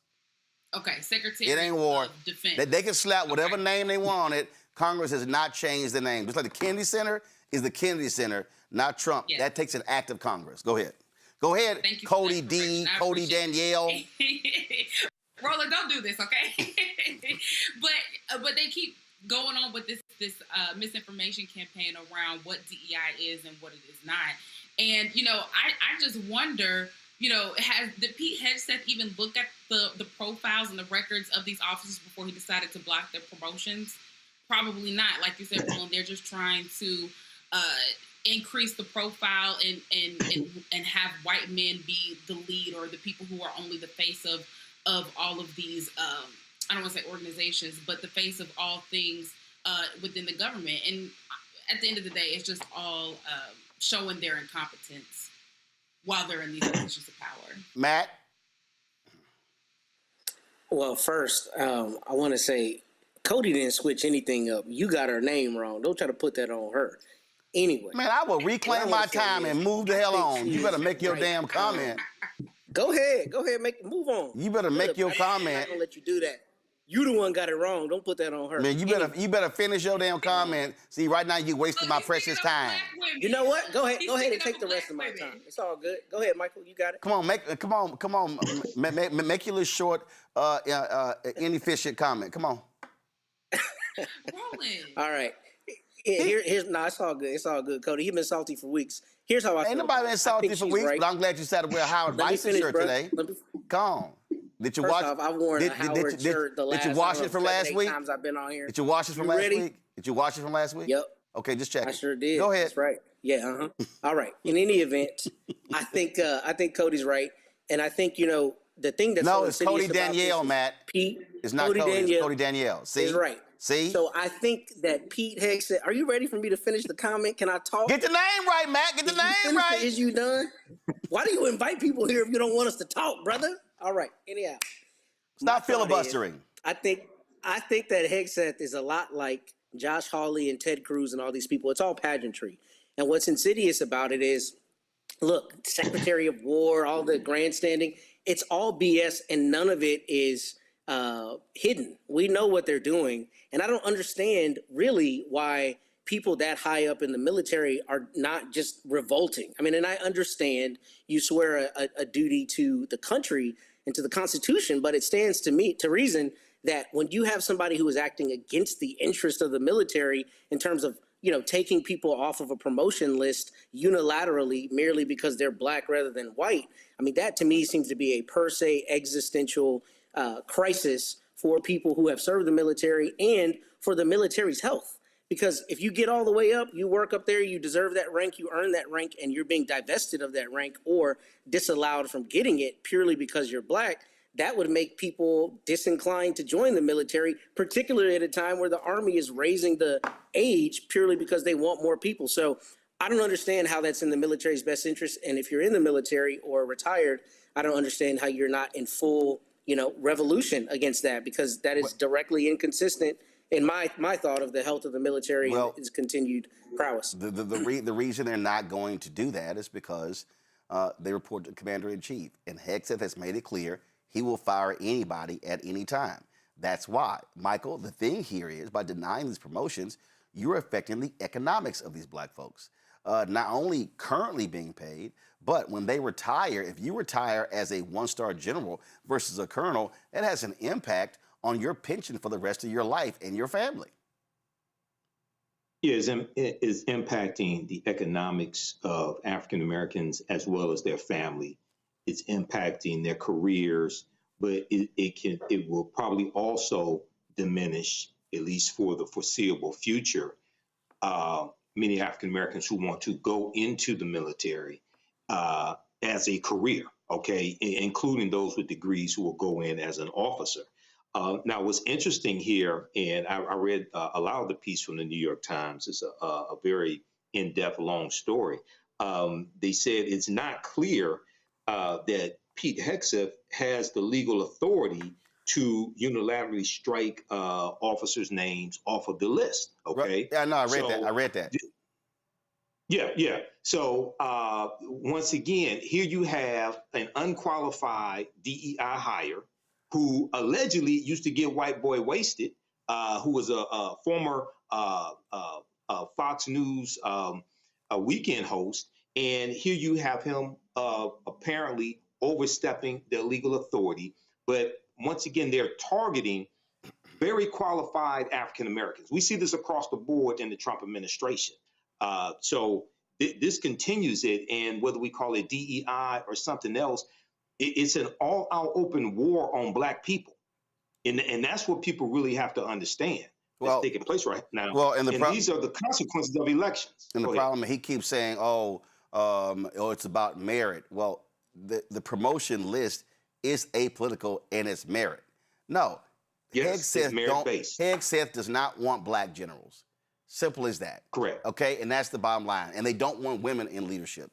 All right, folks, Thursday, the Pennsylvania Supreme Court ruled that mandatory life sentences for second-degree murder are unconstitutional. Chief Justice Deborah Todd said the law requiring a life sentence for anyone convicted of felony murder violates the protections against cruel punishment outlined in the state's constitution. This law mandates that anyone involved in a felony resulting in death will receive an automatic life sentence, regardless of whether they committed the killing or intended for anyone to die. Currently, over 1,000 individuals in Pennsylvania are serving these sentences. The justices noted that while life sentences may be appropriate in some felony murder cases, it is unconstitutional to enforce this penalty in every instance. The ruling will be on hold for 120 days to allow state lawmakers time to address the issue and revise the state law. No word on whether or not this is going to impact the 1,000 people who are in prison. Matt, I keep telling people this is why state Supreme Court races matter. And so where there are, whether the U.S. Supreme Court does not rule, states do. And the reality is you've had progressives that have been pushing back against hardcore right-wing Supreme Court justices in Pennsylvania. This is the result of what happens at the ballot box. That's exactly right. This is exactly why elections matter, because you need people who are going to make, just decisions like the Pennsylvania Supreme Court did here. And to add a little context, what felony murder is for people who don't know out there, it's generally murder that where somebody dies in the course of a commission of another felony. So that would be an example, would be an aggravated robbery. Let's say we go rob a bank. We're driving away from the bank. We hit somebody on the road and they die. That would be a felony murder. And it's generally prosecuted that way because they don't have a standard murder, which would say you intentionally or knowingly intended to kill that person. So I don't know enough about this case. I haven't read the case, but what I think is particularly good about that is because it creates a delineation between what we consider to be intentional murder, right? Murder where you premeditated or you do it purposely, as opposed to a death that is not necessarily an intentional murder. So I'm glad the Pennsylvania Supreme Court looked at this with a fine-tooth comb, because this is exactly the kind of, nuance in justice that we need to find. And there are many other things that need to change, but I think your premise is right. I think this is exactly why state Supreme Courts matter and why elections matter on the state and local level. Folks, on Thursday, a spokesperson for the South African presidency announced that the United States pressured France to disinvite South African president from the G20 summit scheduled for June. This development follows months of strained relations between South Africa and the U.S. over various issues, including South Africa's genocide case against Israel and Donald Trump's disputed claims regarding not disputed claims, his lying, not disputed, his lies about the persecution of white Afrikaners. Vincent Magwenya, spokesperson for the South African president, released the following statement. We've learned that due to sustained pressure, France has had to withdraw its invitation to South Africa to attend the G7 meeting. We're told that the Americans threatened to boycott the G7 if South Africa was invited. So South Africa will not be participating in this G7 meeting. Trump has frequently clashed with the South African government by imposing a 30% tariff, promoting discredited white genocide claims, and boycotting a G20 summit held in Johannesburg. Although the U.S. Supreme Court has since overturned Trump's tariff policy, international relations between the two countries remain strained. I'm sorry, this is where France should have told him, go kiss my ass, go to hell. We're going to invite them, and if y'all don't want to show up, that's on you. This is what happens when you bow down to bullies and thugs. Yeah, Roland, that is true, but you're dealing with colonizers. And this is what people have to understand. Yeah, I agree with you. France should have said that. But France, these are colonizers. So they're working together. Now, they did. Now, I read about this, and the French foreign minister did deny that and said that France had faced, quote, no pressure, quote, to exclude South Africa from the G7 summit. But these are the... Fine. Okay, fine. So if France faced no pressure, why the disinvite? Like, this ain't hard. Either they invite it or they're not. Because they're colonizers. This is why. France colonized Haiti. These are former slave owners. They're colonizers. So they're all in bed together. So, and then you have South Africa. You have the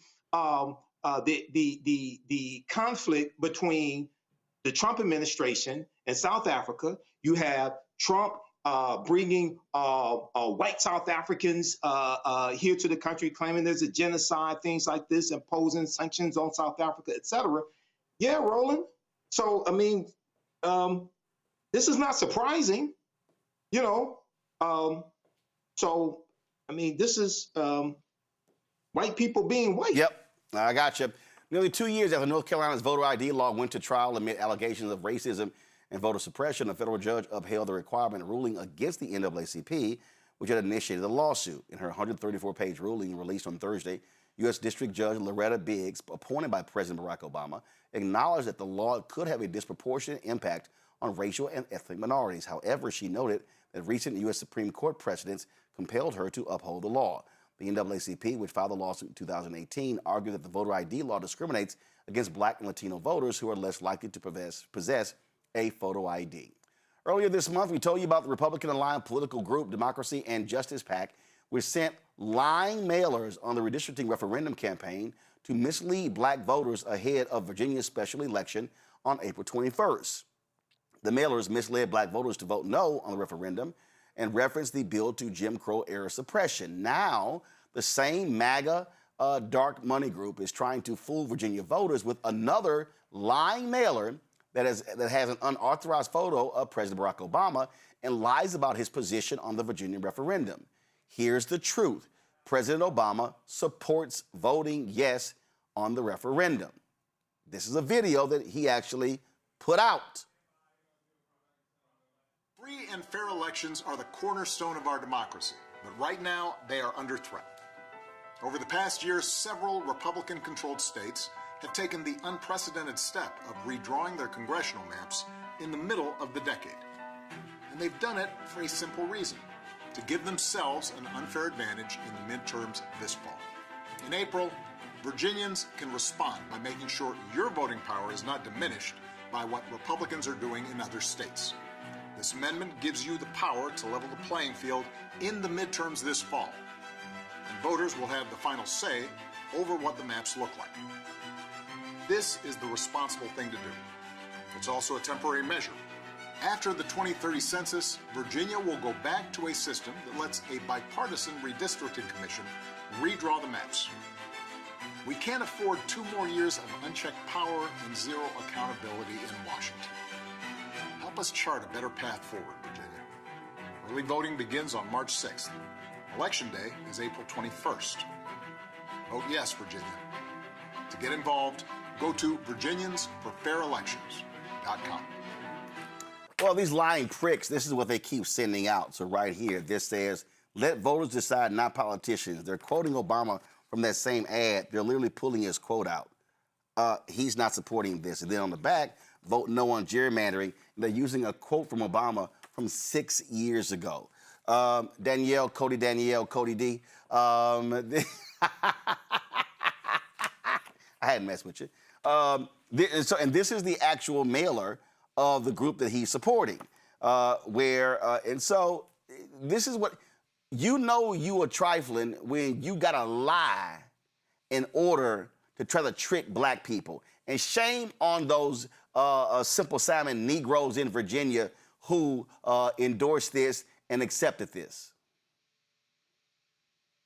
Yeah, I think I was on the show the last time we talked about another misleading mailer that went out in Virginia as well. Yeah, the first one. The first one they sent out. Right, and I believe you had a guest on, I don't remember her name, yep. But she came on to talk about what they were doing locally to combat that. So the thing that I do appreciate is that there does seems to be a boots on the ground type of effort in Virginia to make sure that the voters there are informed as to what's actually going on. And I'll take it a step further. For people who are receiving some of these mailers that may or may not seem to be deceptive, I mean, I would just question everything. I mean, I'm constantly having to tell my dad, like, he sends me stuff that he sees on social media, and I'm like, I don't think that actually happened. I question everything now, because everything is fake and everything is done by AI, and things are being, words are being twisted and things are being misconstrued. And so this is the time for people to actually compare notes. It's imperative that people are actually reading the information they're receiving. Compare your notes to your local political organization, in this case, the National Democratic Redistricting Committee. But also, this is just a sign that MAGA is scared of what's to come in November during the midterms. I mean, clearly, they are feeling the heat. They're feeling the pressure. They know that Donald Trump's ratings are down. And so they know that when it comes to the elections, both the primaries and the general election in November, that people are going to show up to the polls. That's also why they are doing everything they can to suppress our voting rights with the voter IDs. So I just want to make sure that everybody is out there actually reading the information that they are receiving. Talk to your political organizers in your community, and make sure that you are keeping your registration up to date. I'm very clear. Virginia voters, vote yes. Black folks, I want you turning out in massive numbers. You got all these Republicans who are whining and complaining about what Democrats did in Virginia. But let me remind y'all, they were quiet when Republicans stole 5 seats in Texas. They were quiet when Republicans in North Carolina stole a seat of Congressman Don Davis, which is the original black seat in North Carolina. They were quiet when Missouri Republicans got rid of the seat of Congressman Emanuel Cleaver. So I don't want to hear a damn thing from any Republican who is complaining that Democrats are doing to them what they did to Democrats. It's FAFO. And so Virginia, vote yes. Early voting begins. Vote yes on April 21st. Republicans in the 5 largest counties, they are coming out. And I'm telling you, black folks should be coming out in huge, huge numbers to actually vote. And in fact, we're going to be going down south in Virginia. We're going to be at Virginia State and Norfolk State with Senator Mark Warner and Virginia Speaker of the House Don Scott, April 9th and 10th. We also are going to have a special hour focusing on this 10-1 map. And so I'm telling you right now, if that's the game they want to play, fight back, okay? Fight back. And that is take them out at the ballot box. And so what Republicans have done, they have gerrymandered maps all across this country. Wisconsin, Florida, North Carolina, Texas, you name it, they've done it. And so, yeah, payback as a mother. And let's pay them back on April 21st, Virginia, and absolutely, positively vote yes. And with that, you see, I'm sitting here wearing my Alpha shirt. First of all, we vote. As I said at the top of the show, Bishop William Barber last night announced an effort that we are working on, that he and I are launching, and that is, our goal is we want to get a minimum of 1,000 Brothers of Alpha Phi Alpha Fraternity Incorporated nationwide to agree to be trained when it comes to mobilizing and organizing folks to vote. So here's what we want to do. If you're an alpha, I want you to send me an email to Roland@blackstarnetwork.com. Roland@blackstarnetwork.com. Put in the subject line alpha. And I want you to put your name, your city, state, address, email, cell phone. Now, if you are a brother, and again, we're doing this for a specific reason. If you are a brother and you want to be involved in this, send an email to the same email and put black men in the subject line. And same thing, I need your name, your address, your city, state, your email, and your cell phone. And this is important because here's the problem. We talk about this all the time. Folk wait until September, October to get engaged. No, we are focused on this now. We had a great panel last night in Raleigh where we talked about what needs to be happening. We need to be having voter education and mobilization and classes, civic classes, happening every single week somewhere. We need to be streaming those sessions as well. Teaching people about City Hall 101, County Government 101, School Board 101, State Government 101, Federal Government 101, and connecting the dots. All of this is important, okay? All of this is important. And that is what is so important here. And so I need us to understand what is going on, okay? What is going on here? And that is we need to stand up, organize, and mobilize. We're going to continue connecting these dots, showing you what MAGA is doing. Donald Trump is not leaving before, unless he gets impeached or the 25th Amendment, he ain't leaving before January 2029. But his power can be restricted if Republicans lose control of the House and or the United States Senate. That's where we must be focused on. And so we want to target several different states.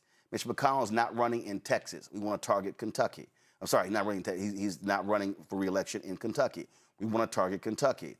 Ohio, you heard me say earlier, Vivek Ramaswamy wants to get rid of Central State.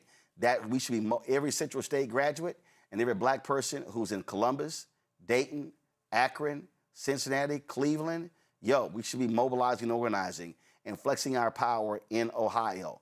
Obviously, you got Ossoff running for re-election in Georgia. You've got Roy Cooper, former governor of North Carolina, there in North Carolina. You've got James Tallarico, who's either going to face Ken Paxton or John Cornyn in Texas. And also, of course, you got black folks running for the United States Senate in Florida, also the governor's race. You've got a sister, we're going to have her on the show next week, who's running for Attorney General in Georgia. This thing is happening. This is happening. This is not a moment for us to sit on the sidelines. This is where we need everybody fully engaged. Because I'm telling you, they are targeting black America. There's a bullseye on black people in this country. And so I don't care what any rapper has to say who got a pardon. I don't care what anybody else who's talking about, how Trump is their best friend. These people do not have the interest of black America at heart. They want to destroy the entire black infrastructure of civil rights, economics, social justice, education, health, you name it, they want to destroy it. They spelled it all out in Project 2025. And so we want brothers of Alpha to stand up. And hey, it's a challenge. That means that Kappas, Omegas, Sigmas, Iotas do the exact same thing. We want to see AKs, Deltas, Zetas, Sigma Gamma Rho doing the same thing. Prince Hall Mason, we need y'all in the game. Jack and Jill, in the game. Lynx, in the game. Eastern Star, in the game. We've got all this black infrastructure all across America, all these black organizations, and every single one of them needs to be involved in this because they are all impacted. If we're talking about economics, we need Black Economic Alliance, we need the Joint Center, we need the Executive Leadership Council, we need all a global black economic forum, all these black groups. We don't need y'all talking just to Wall Street. We need y'all talking to MLK Street. And so this is a call to arms that we are calling for, and this has to happen now. And so Bishop Barber and I are committed to this. And so Alphas, we want y'all to step up. Send an email, Roland@blackstarnetwork.com. Brothers have already been sending emails since I posted on social media this morning. And so send us that email, and we're going to begin, once we get our numbers, we're going to begin to really lock and load on training, virtual training on how to organize. And the whole strategy is not macro, it's micro. We want to be able to tell folk to pull the data of specific black precincts and look at the numbers of how many eligible voters there are and how many are registered and how many voted in the last election, and do block walks and precinct walks where they are. And so we're not interested in trying to sit here and say, oh, we're going to register everybody. No, we're talking about targeting the numbers, because elections are won on the margins. And so, again, if you're an alpha, if you want to be involved in this, and let me be real clear, we ain't playing games. This ain't, as Biggie said, this ain't party and bullshit. This is real work. So send us an email to roland@blackstarnetwork.com. If you're an alpha, put alpha in the subject line, your name, your address, your city and state, your cell phone, your email. That's what we want. If you're a brother who's not an alpha and you're not in D9 or any other group, but you want to be involved in this, put black men in the subject line and get the same thing. We're going to make this thing happen because, again, the future of black America is at stake. I've got 9 nieces and 4 nephews. This is about them and other black kids across this country. Matt, Michael, Cody Danielle, Cody D, Danielle, I appreciate it. See, we're going to always, Michael, what's that, like a field goal or something? What is that? What is that? You know what it is, Roland. I'm sorry. You doing hook 'em horns like Matt. Is that what that is? Nah. You know that's a Sigma, Roland. I have no idea what that is. I don't even. All I'm gonna say is 88 to 57, Roland. I don't even know. You thought you was gonna get out this episode not talking about Houston beating y'all down? Oh, I'm good. 88 to 57. No. Here's why I'm good. 88 to 57. No, son. Here's why I'm good. First of all, y'all lost by about 50. Here's why I'm good. Our entire team bounced. Our coach put together a hell of a season. He had 1 returning player. So we're going to be solid next year. You better worry about your own little school. All right. Again, Cody, Danielle, Matt, Michael, I appreciate it. Alpha's always rule. Thanks a bunch. I appreciate it. All right, y'all, don't forget, support the work that we do. Y'all, this is what this is about. We ain't got time for all this other little silly stuff out here that people are doing. What we do here, we focus on the work. We focus on the work. So if you want to contribute to our, of course, our Bring the Funk fan club, please do so. Cash App. Use the Stripe QR code. You see it right here. Use that for credit cards as well. Checks and money order.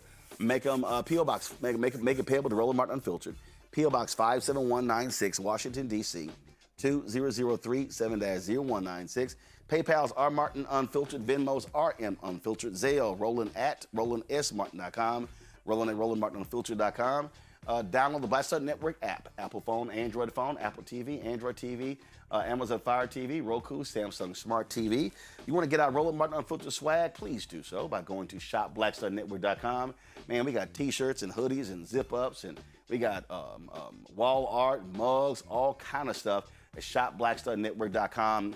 And of course, we support black-owned companies. And when you go to shopblackstarnetwork.com, you're going to see all of these black-owned companies right here. All of these products you see right here are black-owned companies that are on our shopblackstarnetwork.com. And you can get hats and T-shirts and dolls and skincare stuff. You can get spices, seasonings, sauces. I mean, you name it. We got dog treats, backpacks, candles, all that sort of stuff. So please support these black-owned companies. We talk about the collective. We talk about how we have to buy black, support our own. We've got some amazing companies with amazing quality products, and so we must be supporting our own. We must spend with our own, and so please do so by going to shopblackstarnetwork.com. And when you buy these products, you're also helping this show because part of the proceeds come back to us. And so this is how we were able to help one another. So go to shopblackstarnetwork.com, our marketplace, to check out all of these products right here in our marketplace at shopblackstarnetwork.com. All right, y'all, that's it. I appreciate it. I'll see y'all on, tomorrow, the Friendship West, I'm sorry, not Friendship West, my former church in Dallas. Friendship Public Charter School. They have the Teacher of the Year program. I've emceed that for like the last 8-9 years. It's taking place tomorrow at 7 p.m. We'll be streaming it right here on the Black Star Network. So I look forward to that. So I can't wait to see Pat and Donald Hintz and all the teachers. It's always a great, great event. So we'll be streaming that tomorrow. And I'll see you guys right here Monday. Roland Martin Unfiltered on the Black Star Network. Holla!